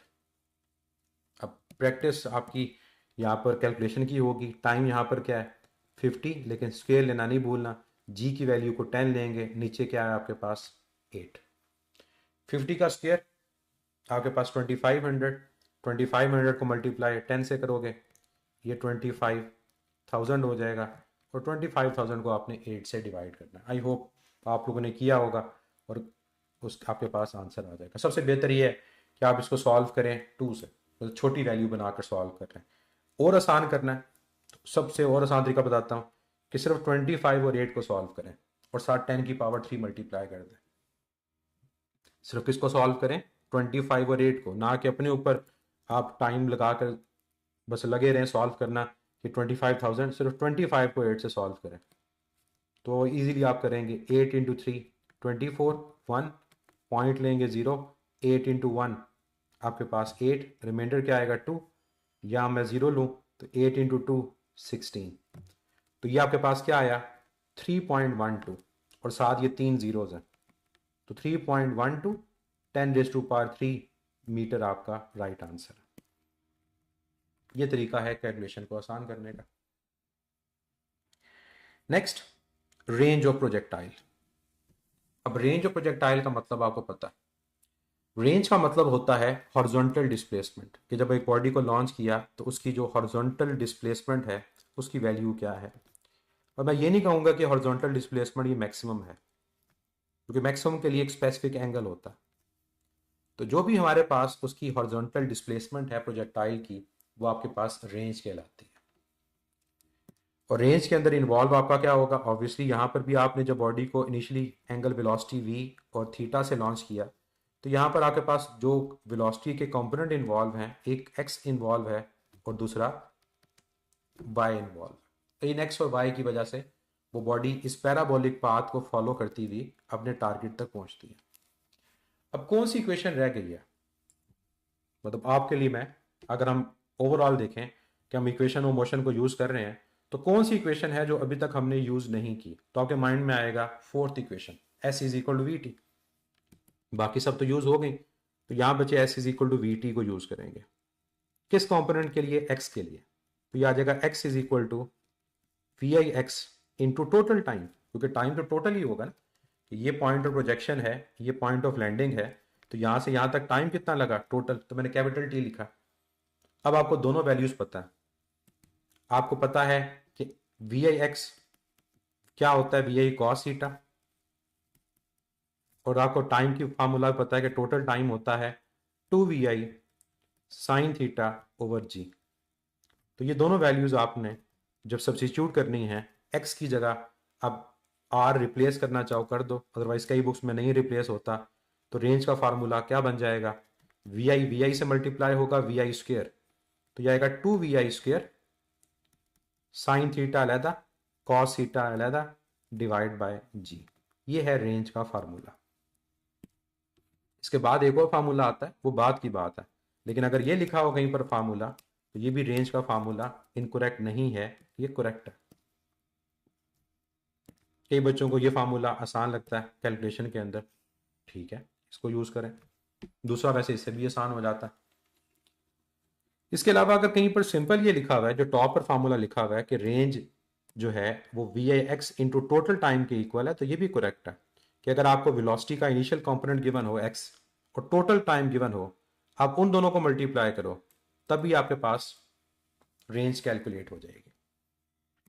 अब इस फार्मूला के अंदर ये जो 2 है और साइन थीटा कॉस थीटा, ये मैथमेटिक्स में कहलाती है डबल एंगल आइडेंटिटी की वैल्यू। तो 2 sine theta cos theta mathematics में ये साइन 2 थीटा के इक्वल है। तो ये रेंज का फार्मूला आपके पास चेंज होकर फिर क्या बन जाएगा, R is equal to we I X square sine 2 theta divide by G. और 2 थीटा का मतलब आपको पता होना चाहिए कि जब भी कोई एंगल गिवन होगा, पहले आप उसको 2 से मल्टीप्लाई करोगे। फर्स्ट करो एंगल 15 है, तो 15 इंटू 2 30, और फिर उसका साइन लोगे। ये ख्याल रखना है, कोई भी एंगल गिवन होगा पहले उसको 2 से मल्टीप्लाई करेंगे और फिर उसको साइन लेंगे। तो ये आपके पास रेंज ऑफ प्रोजेक्टाइल के फार्मूलाज। फिर आपके पास एक फैक्टर इन्वॉल्व होता है मैक्सिमम रेंज का। मैक्सिमम रेंज के रेंज का मैक्सिमम होती है, तो वो आपको आइडिया है कि रेंज मैक्सिमम एक पर्टिकुलर एंगल पे होती है। मैं भी बता देता हूं आपको कि वो एंगल क्या है। वो एंगल आपके पास 45 है, जिस पे रेंज की वैल्यू मैक्सिमम आती है। लेकिन क्यों आती है, क्वेश्चन ये आपके पास आ गया कि क्यों 45 के ऊपर रेंज की वैल्यू वो मैक्सिमम आती है, रीजन क्या है। तो रीजन बच्चे आपका फार्मूला। अगर आप अपने फार्मूला को देखें तो फार्मूला के अंदर साइन 2 थीटा इन्वॉल्व हो रहा है। इसका मतलब ये कि रेंज का साइन 2 थीटा के साथ जो रिलेशन है वो डायरेक्ट है। तो जब साइन 2 थीटा की वैल्यू आपके पास मैक्सिमम आएगी, तो ऑटोमेटिकली जो रेंज की वैल्यू आएगी वो भी मैक्सिमम आएगी। जब साइन 2 थीटा की वैल्यू मैक्सिमम आएगी तो रेंज की वैल्यू मैक्सिमम। तो अगर कहीं पर ऑप्शन में लिखा हो कि रेंज मैक्सिमम तब होती है जब साइन 2 थीटा की वैल्यू मैक्सिमम होती है, तो ये ऑप्शन करेक्ट है। अब साइन टू थीटा की वैल्यू मैक्सिमम होती कितनी है? साइन हो या कॉज हो, इनकी मैक्सिमम वैल्यू 1 होती है। तो लिखा होगा साइन टू थीटा की वैल्यू 1, तो आपकी रेंज मैक्सिमम, करेक्ट। अब साइन को ले जाओ दूसरी साइड पे यहां पर, तो साइन इनवर्स हो जाएगा, और साइन इनवर्स 1 कितना होता है? 90। तो अगर कहीं पर लिखा हो कि टू थीटा की वैल्यू 90, रेंज मैक्सिमम, तो करेक्ट है। और टू थीटा 90 को सॉल्व करें तो थीटा किसके इक्वल आएगा? आपके पास 45 डिग्री के। तो ये चारों ऑप्शंस करेक्ट है जो मैक्सिमम रेंज को रिप्रेजेंट करती हैं। और इन चारों ऑप्शंस को जब आप सब्स्टिट्यूट करोगे रेंज के फार्मूला के अंदर, तो रेंज का फार्मूला क्या बन जाएगा? साइन टू थीटा तो क्या, वो तो 1 हो गया। तो maximum range is equal to we I square divide by 2g। ये है मैक्सिमम रेंज का फार्मूला। कि अगर आपको बता दिया जाए कि एंगल 45 है, फाइंड करो रेंज, तो डायरेक्ट आप ये फार्मूला अप्लाई कर दो, we I square over 2g। और यहां से कई दफा एग्जामिनर आपको वेलोसिटी फाइंड करने को कहता है, तो आप क्रॉस मल्टीप्लाई करके वेलोसिटी फाइंड कर सकते हो कि 45 डिग्री पे लॉन्च किया है, ये रेंज है, बताओ वेलोसिटी क्या है। तो मैक्सिमम रेंज के फार्मूला से फार्मूला क्या बन जाएगा आपके पास? 2 यहां पर नहीं आएगा, सॉरी 2 मैंने गलती से लिखा, वी आई स्क्वायर ओवर जी, ये बन जाएगा आर मैक्सिमम इन टू जी। ये आपके पास वेलोसिटी का फार्मूला। इन इक्वेशंस को याद भी रख सकते हैं, बार बार लिखेंगे ये याद हो जाती हैं। मैं ड्राइव इसलिए कर रहा हूँ कि कई बच्चों को याद नहीं होती, तो उनको आइडिया होना चाहिए कि अगर हमें ड्राइव करना है, लेकिन बेहतर होता है कि बार बार लेकर इनको याद कर लें। ड्राइव करने का इतना टाइम नहीं होता। वाई अंडर रूट बच्चे एक बड़ा अजीब सा सवाल है, ये स्क्वायर खत्म नहीं करना, ये वाला जो स्क्वायर मैंने अब छुपा दिया आप लोगों के लिए, दिस वन, स्क्वायर को खत्म करने के लिए अंडर रूट लिया जाता है। हमेशा क्वेश्चन पूछने से पहले मैं हमेशा कहता हूँ एक दफ़ा सोचें, आपको खुद उसका आंसर मिल जाएगा। तो जब हम वेलोसिटी को फाइंड कर रहे हैं तो क्रॉस मल्टीप्लाई जब करेंगे, जी यहाँ चला जाएगा, तो स्क्वायर एलिमिनेट करने के लिए अंडर रूट लेंगे। What is the relation between range and maximum range? और दूसरा, what is the relation between range and maximum height? ये जैसे टाइम और हाइट का रिलेशन था, उसी तरह से ये दो रिलेशन। अब ये क्वेश्चंस क्या है? सबसे पहले रेंज और मैक्सिमम जो रेंज है इसका आपस में रिलेशनशिप क्या होता है? देखिए रेंज का फार्मूला हमारे पास है V I square sine of 2 theta divide by G, और मैक्सिमम रेंज का फार्मूला है V I square divide by G. तो ये जो मैक्सिमम रेंज का फार्मूला है, इसमें जो ये वी आई स्क्वेयर ओवर जी है, इसकी जगह आप मैक्सिमम रेंज लिख सकते हो। बेसिकली इन दोनों को कंपेयर करके हम ये रिलेशन लिखते हैं, और ये रिलेशन हमारे पास जो बनता है, क्या बनता है? Range is equal to maximum range times sine of 2 theta. और इवन आप इनकी एक रेशो भी बना के लिख सकते हो, जो क्वेश्चन पूछा जा सकता है कि रेंज और मैक्सिमम रेंज की रेशो क्या आएगी। तो यहाँ से आप रेंज और मैक्सिमम रेंज की रेशो की वैल्यू फाइंड करो, तो वो साइन 2 थीटा की इक्वल आएगी। इससे रिलेटेड क्वेश्चंस कैसे होते हैं कंपैरिजन के? जैसे एक बड़ा फेमस क्वेश्चन है कि किस एंगल पे रेंज मैक्सिमम रेंज की हाफ होती है? किस एंगल पे रेंज मैक्सिमम रेंज के हाफ होती है? अब ये क्वेश्चन की स्टेटमेंट को समझना है कि for what value of theta the range will be half of its maximum value, तो वो 15 डिग्री है। अब कई बच्चों को पता है इसका डायरेक्ट, कई बच्चे इसको नहीं कर पाते, तो मैं अब आपको सॉल्व करके ये बता दूं। क्वेश्चन है for what value of theta range is equal to half. फिर ये हर एक एंगल का क्वेश्चन नहीं पूछा जा सकता, ये वही एंगल के क्वेश्चन पूछे जा सकते हैं जिनको आप विदाउट कैलकुलेटर सॉल्व कर सकते हो, और ये उनमें से एक क्वेश्चन है। For what value of theta range is half, इसका मतलब यूं समझें कि मैक्सिमम रेंज आपकी 200 मीटर है, तो किस एंगल पे आपकी रेंज 100 मीटर हो जाएगी? 200 का हाफ। अब ये कंडीशन है, इसको कहाँ सब्स्टिट्यूट करना है? इस फार्मूला के अंदर। तो इसको सब्स्टिट्यूट कर दो यहाँ पर, r is equal to R max sine 2 theta में। किसकी जगह सब्स्टिट्यूट कर रहा हूं? इस r की जगह। अगर ये 1/4 होता तो 1/4 सब्स्टिट्यूट कर देते, 1/5 होता तो 1/5 कर देते, 3/4 होता 3/4 करते, जो भी है उसको आपने सब्स्टिट्यूट कर देना। लेकिन वही वैल्यू होगी जो विदाउट कैलकुलेटर, अदरवाइज आप एक जगह जाकर स्टक हो जाओगे और वो आगे आपसे सॉल्व नहीं होगा। जैसे 1/4 आप विदाउट कैलकुलेटर सॉल्व नहीं कर सकते। अब जब मैंने वैल्यू को पुट किया तो आर मैक्स से कैंसिल हो गया, क्या रह गया 1/2 साइन 2 थीटा। कई बच्चे यहां से जज करके आंसर 30 कर देते हैं, 30 आंसर नहीं है। साइन इधर जाकर इनवर्स होगा, साइन इनवर्स 1/2 कितना होता है 30, लेकिन राइट साइड पे 2 थीटा, थीटा नहीं है, तो यहां 30 जरूर आएगा लेकिन 32 थीटा के इक्वल है। तो जब 2 डिवाइड होगा तो आंसर क्या आएगा 15 डिग्री। तो 15 डिग्री वो एंगल होता है जहां रेंज मैक्सिमम रेंज के हाफ होती है। और ये लाजमी नहीं कि स्टेटमेंट यूं ही लिखी जाए। मैंने जैसे आपको पहले एग्जांपल दी कि मैक्सिमम रेंज 1000 मीटर है, बताओ किस एंगल पे रेंज 500 मीटर है। वही क्वेश्चन पूछने का अंदाज डिफरेंट है। और कई दफा आपको वो डायरेक्ट यूं कह देगा कि 15 डिग्री पे बताओ रेंज क्या होगी, मैक्सिमम रेंज गिवन है, बताओ 15 डिग्री पे क्या होगी। तो आप 15 डिग्री पे उसका मतलब है कि टोटल का हाफ कर दोगे। Next, what is the relation between range and maximum height. Range का और मैक्सिमम हाइट का आपस में क्या रिलेशनशिप है। इस रिलेशन को भी ड्राइव करने के लिए हमें रेंज और हाइट के फार्मूलाज को यूज करना पड़ता है। मैं ये आपको बता देता हूँ कि कैसे आप इस फार्मूला को लिखते हैं। हाइट का फार्मूला आपके पास है VI² sign square theta over 2G, और रेंज का फार्मूला है आपके पास VI² sine 2 theta divide by G।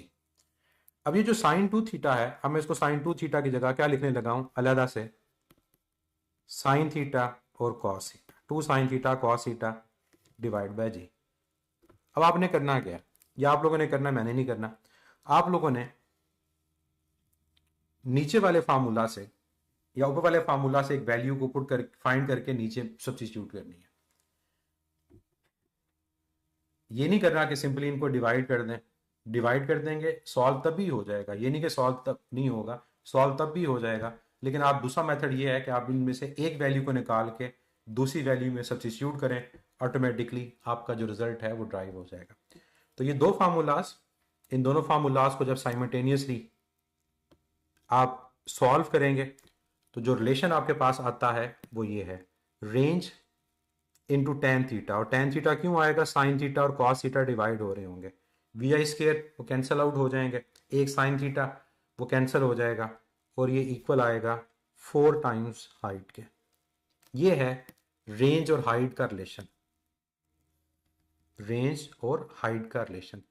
इसी रेंज और हाइट के रिलेशन को सॉल्व करके मैक्सिमम रेंज का रिलेशन भी निकाला जाता है।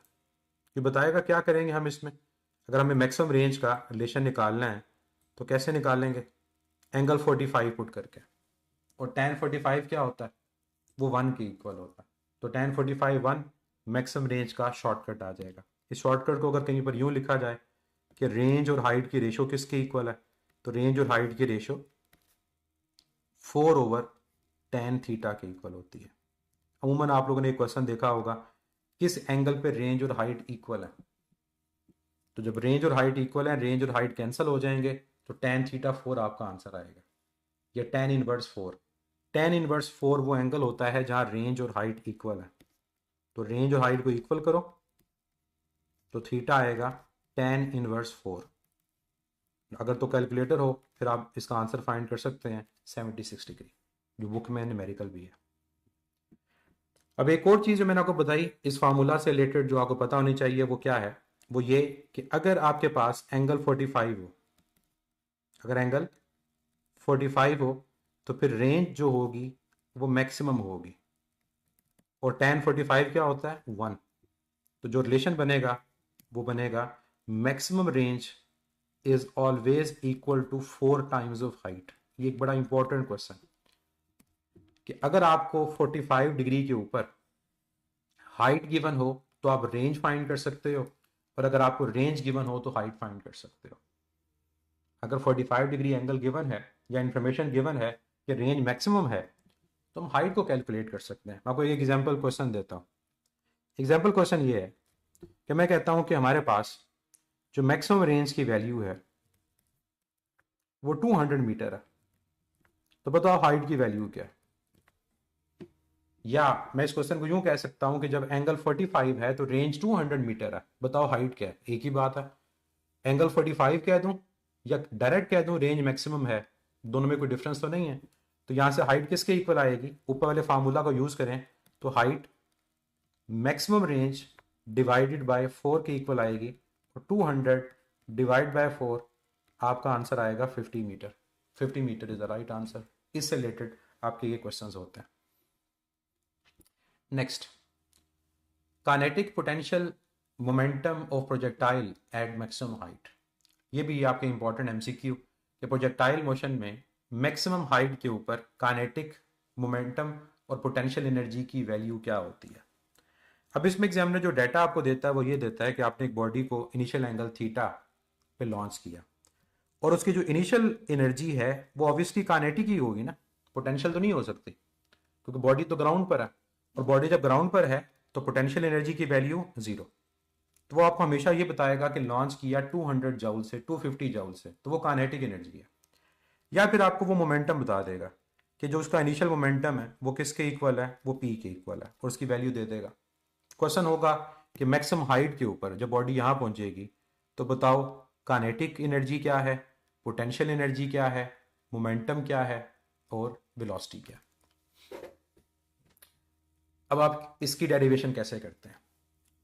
मैक्सिमम हाइट पे आप लोग जानते हैं कि सिर्फ एक ही वेलोसिटी का कंपोनेंट होता है, और वो वेलोसिटी का कंपोनेंट होता है x, और वो किसके इक्वल होता है, वी आई एक्स के, और वी आई एक्स किसके इक्वल है, V I cos of theta के।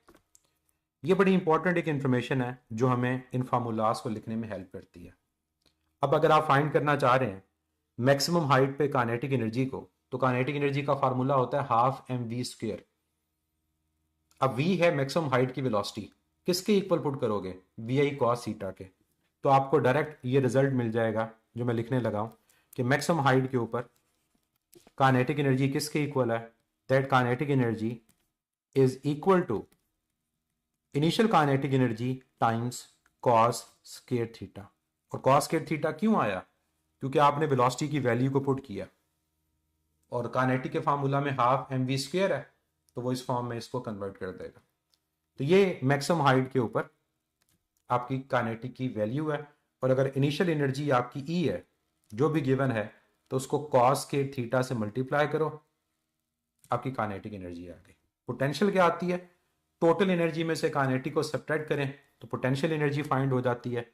उसका फार्मूला आप ड्राइव करना चाहो बिल्कुल करें, क्योंकि टोटल एनर्जी पोटेंशियल और काइनेटिक का सम है। तो टोटल एनर्जी आपके पास ई है, काइनेटिक आपके पास है, दोनों का डिफरेंस लें तो पोटेंशियल एनर्जी का फार्मूला भी काइनेटिक की फॉर्म में ही आएगा, क्योंकि इनिशियल एनर्जी है ही काइनेटिक, लेकिन साथ कॉज नहीं आएगा, साइन आएगा। और इसको यूं लिखा जाता है E into sine square theta, कि जो शुरू वाली एनर्जी है उसके साथ साइन स्क्वायर थीटा मल्टीप्लाई हो जाए। तीसरी चीज मोमेंटम। मोमेंटम होता है मैस इंटू वेलोसिटी, और वेलोसिटी किसके इक्वल है, वी आई कॉस थीटा के। तो मैक्सिमम हाइट के ऊपर जो मोमेंटम आपके पास होगा वो किसके इक्वल आएगा, वो इनिशियल मोमेंटम टाइम्स जो पी था इनटू कॉस थीटा। ये हैं तीन फार्मूलाज आपके, मैक्सिमम हाइट के ऊपर काइनेटिक, मैक्सिमम हाइट पे पोटेंशियल, और मैक्सिमम हाइट के ऊपर मोमेंटम। तो आज के बाद कभी भी क्वेश्चन आए कि 60 डिग्री पर बॉडी को लॉन्च किया, बताओ मैक्सिमम हाइट पे काइनेटिक एनर्जी कितनी होगी, तो कॉस 60 1/2, 1/2 का स्क्वायर 1/4, तो आप कहोगे काइनेटिक एनर्जी टोटल एनर्जी का 1/4 है। काइनेटिक एनर्जी टोटल एनर्जी का 1/4 है। तो कोई भी एंगल हो, फर्स्ट करो 45 है, तो 45 पे cos 45 और sin 45 इक्वल होते हैं। तो जितनी आपकी पोटेंशियल एनर्जी होगी उतनी आपकी काइनेटिक एनर्जी होगी। तो ये भी एक क्वेश्चन होता है, किस एंगल पे मैक्सिमम हाइट पे पोटेंशियल एनर्जी और काइनेटिक एनर्जी इक्वल होंगे। आपका आंसर होगा 45, क्योंकि cos 45 और sin 45 इक्वल है। क्या प्रोजेक्टाइल मोशन में कोई पॉइंट ऐसा होता है जहां पर आपकी 100% एनर्जी दूसरी एनर्जी में कन्वर्ट हो जाए, मतलब 100% काइनेटिक पोटेंशियल में कन्वर्ट हो जाए? नो। क्यों? क्योंकि वेलोसिटी कभी जीरो नहीं हो रही। जब वेलोसिटी जीरो नहीं हो रही तो किसी भी पॉइंट के ऊपर 100% पोटेंशियल 100% काइनेटिक में कन्वर्ट नहीं होगी। तो ये पॉइंट मैं यहाँ मेंशन कर रहा हूँ कि प्रोजेक्टाइल मोशन में वेलोसिटी कभी भी जीरो के इक्वल नहीं होती, टोटल वेलोसिटी। इसका मतलब कभी भी आपकी 100% काइनेटिक एनर्जी 100% पोटेंशियल एनर्जी में कन्वर्ट नहीं होगी। इनिशियल पॉइंट के बाद हर पॉइंट के ऊपर इनिशियल पॉइंट के बाद हर पॉइंट के ऊपर पोटेंशियल और काइनेटिक दोनों एनर्जीज प्रेजेंट होंगी। तो कभी भी आप ये नहीं कह सकते। एक और इंपॉर्टेंट चीज जो डायरेक्ट याद रखना चाहे रखें कि 45 डिग्री वो एंगल होगा जिस एंगल के ऊपर जो बॉडी मैक्सिमम हाइट पे पहुंचेगी तो जितनी उसकी पोटेंशियल एनर्जी होगी उतनी ही उसकी काइनेटिक एनर्जी होगी। तो किसके इक्वल होगी? वो 1/2 of total energy, half potential और हाफ काइनेटिक। बाकी इसके अलावा कोई भी एंगल आए, अब आपके पास फार्मूलाज हैं, आप इनको सॉल्व करके आंसर को फाइंड कर सकते हैं। अगर 1/4 पोटेंशियल होगी तो 3/4 काइनेटिक होगी। ये है बच्चे आपका ओवरऑल ऑब्लिक प्रोजेक्टाइल मोशन का टॉपिक, जो काफ़ी लेंथी है। हर तरह की चीज़ें उससे रिलेटेड हमने कवर कर ली। अब आ जाते हैं प्रोजेक्टाइल मोशन की दूसरी टाइप, जो बहुत सिंपल है और बहुत छोटा सा टॉपिक है, horizontal projectile motion. Horizontal projectile motion horizontal projectile motion के बारे में मैंने आपको बताया था कि जब किसी बॉडी को एक सर्टेन हाइट से लॉन्च किया जाए 0 डिग्री के एंगल पे, इसका मतलब ये हुआ कि इनिशियली जो उसकी वेलोसिटी प्रेजेंट है वो सिर्फ और सिर्फ अगर वेलोसिटी का एक्स कंपोनेंट हो और उस पॉइंट पे जो वेलोसिटी का वाई कंपोनेंट है वो 0 के इक्वल, तो that is called horizontal projectile motion. इसे बॉडी क्या करेगी? वर्टिकली ड्रॉप करेगी, डाउनवर्ड आएगी और डाउनवर्ड आते हुए वो अपने किसी पॉइंट पे हिट कर देगी। अब जैसे हमने पहले टॉपिक पढ़ा और वहां पर हमने सारे वेरिएबल्स को फाइंड किया, हाइट, रेंज, वेलोसिटी, यहां पर भी वो तमाम वेरिएबल्स फाइंड हो सकते हैं, लेकिन उन फार्मूलाज से इन फार्मूलाज को सॉल्व नहीं करते। लेकिन बैकग्राउंड पे इक्वेशन वही है, इक्वेशन ऑफ मोशन, लेकिन उनके रिजल्ट्स डिफरेंट है, रिजल्ट सेम नहीं होंगे। एक क्वेश्चन अमूमन मैं यहां पर पूछता हूं और ये हमारी बुक में भी है। एक बॉडी को एक हाइट से हॉरिजॉन्टली थ्रो किया जाए और उसी हाइट से एक बॉडी को ड्रॉप किया जाए, कौन पहले ग्राउंड पे पहुंचेगा? एक बॉडी को एक हाइट h से हॉरिजॉन्टली थ्रो किया जाए और उसी हाइट से एक दूसरी बॉडी को ड्रॉप किया जाए, कौन सी बॉडी जल्दी ग्राउंड पे पहुंचेगी? आंसर है इसका, दोनों सेम टाइम पे ग्राउंड को हिट करेंगी। दोनों बॉडीज सेम टाइम पे ग्राउंड को हिट करेंगी। ये दोनों का जो टाइम है ये टाइम इक्वल है।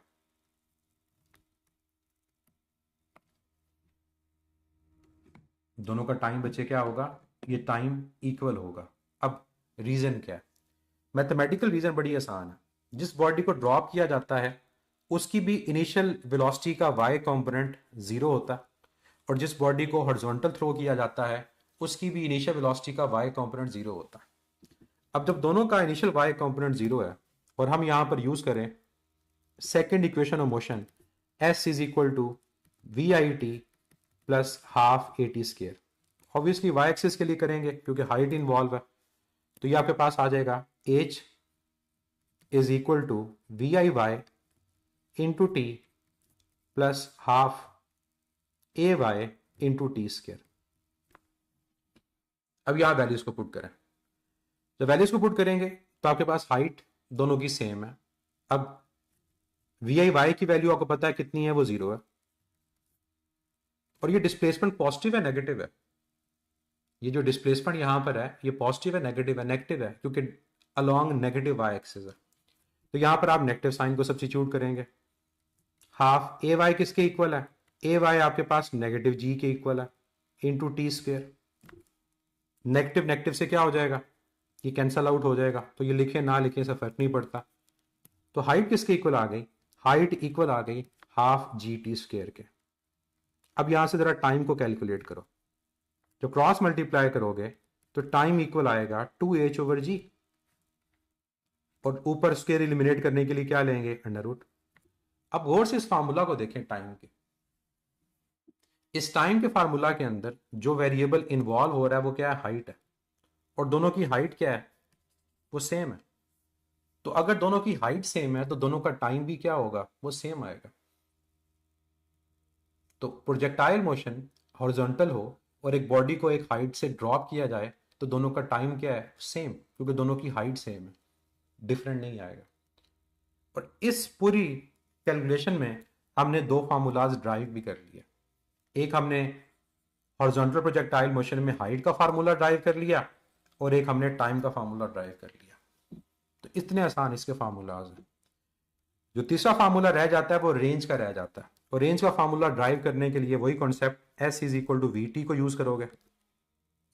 S की जगह रेंज आ जाएगा, V की जगह वेलोसिटी जो ऑब्वियसली x कंपोनेंट की वेलोसिटी है इनिशियल, और T की जगह टाइम, और टाइम किसके इक्वल है, अंडर रूट 2h/g। तो ये आपके पास इसका रेंज का फार्मूला। ये आपके पास तीन फार्मूलाज मैं इकट्ठे लिख देता हूं। ये रेंज हो गया, ये हाफ GT² हाइट हो गई, और ये अंडर रूट 2h/g ये टाइम हो गया।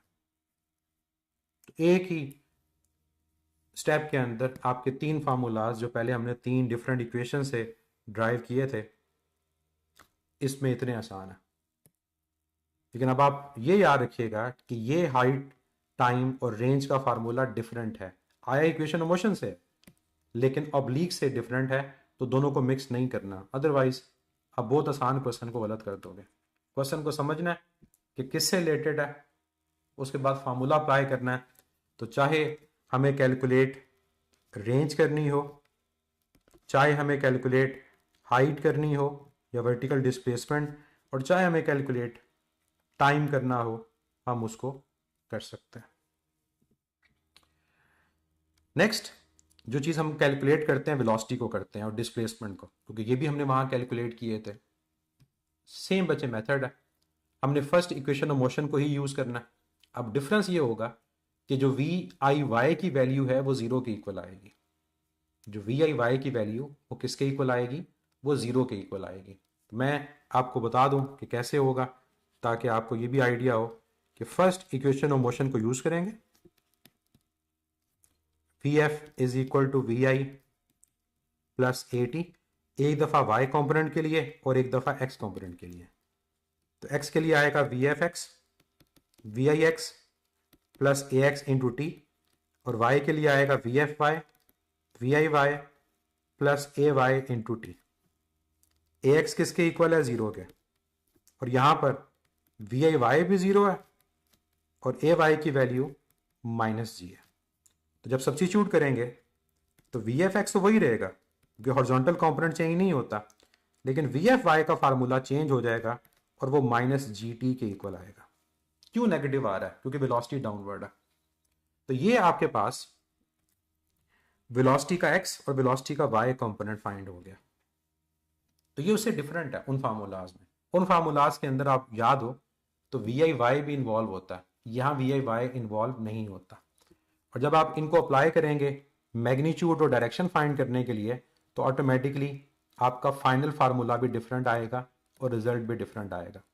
तो इन वैल्यूज़ को आपने यहाँ पर पुट करना है, मैग्नीट्यूड आ जाएगी, और अगर आपको डायरेक्शन चाहिए तो tan inverse y component divide bye x component, आपका रिजल्ट फाइंड हो जाएगा। मैं लिख भी देता हूँ कि दोनों का रिजल्ट क्या आएगा।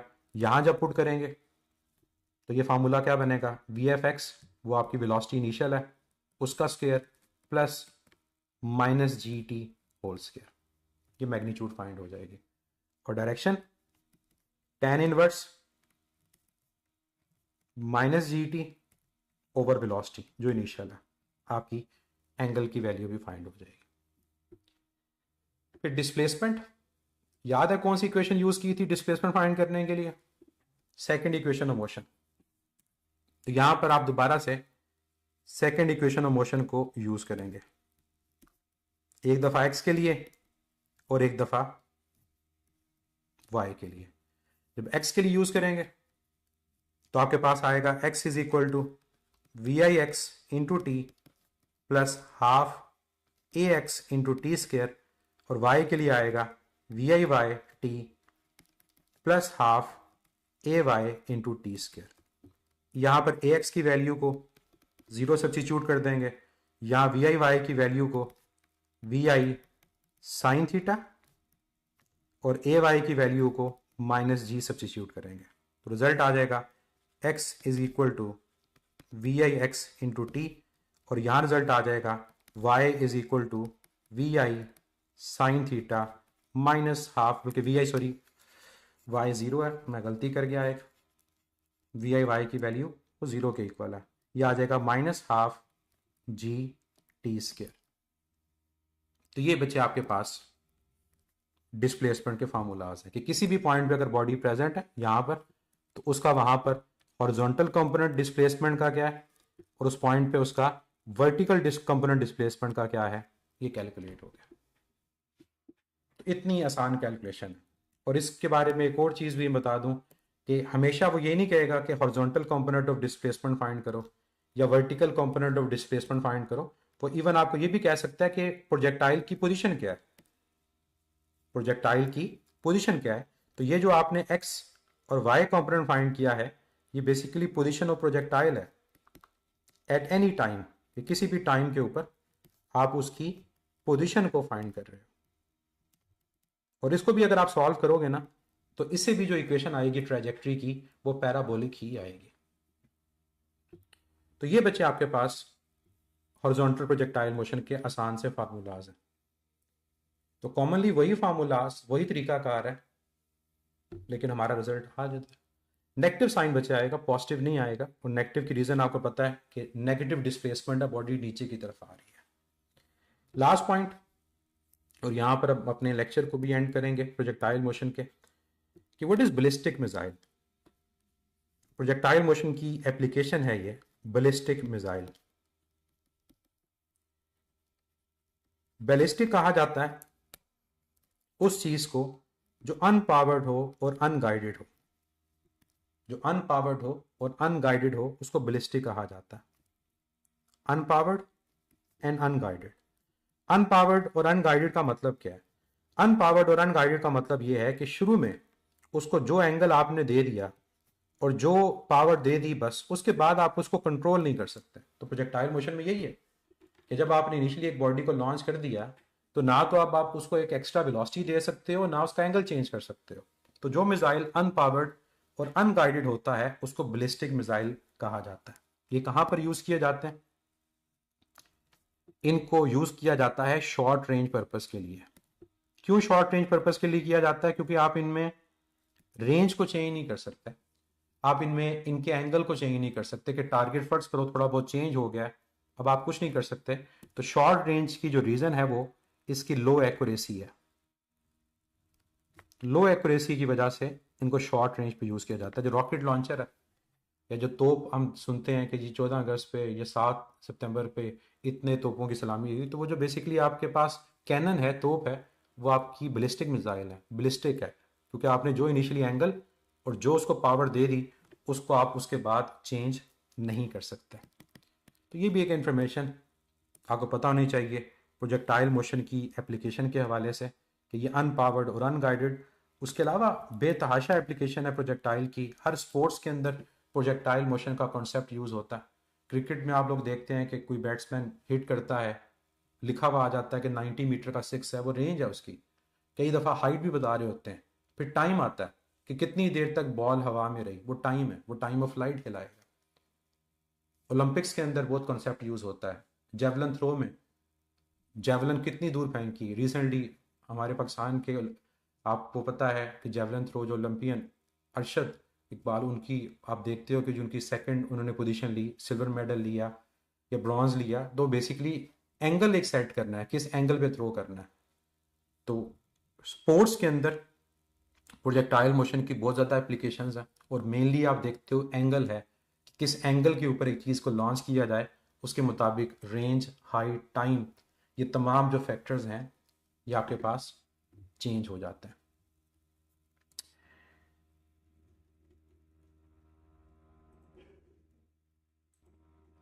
जी, लास्ट में एक पॉइंट यहाँ बता दूँ, ये कि वो कौन से एंगल होते हैं जिन पे रेंज आपकी इक्वल आती है। उनको एंगल्स को कॉम्प्लीमेंट्री एंगल्स कहा जाता है। मैंने सब जब स्टार्ट में बेसिक मैथमेटिक्स का जिक्र किया था तो वहाँ भी मैंने आपको कॉम्प्लीमेंट्री एंगल्स का बताया था कि कॉम्प्लीमेंट्री एंगल्स उन एंगल्स को कहा जाता है जिनका सम 90 होता है।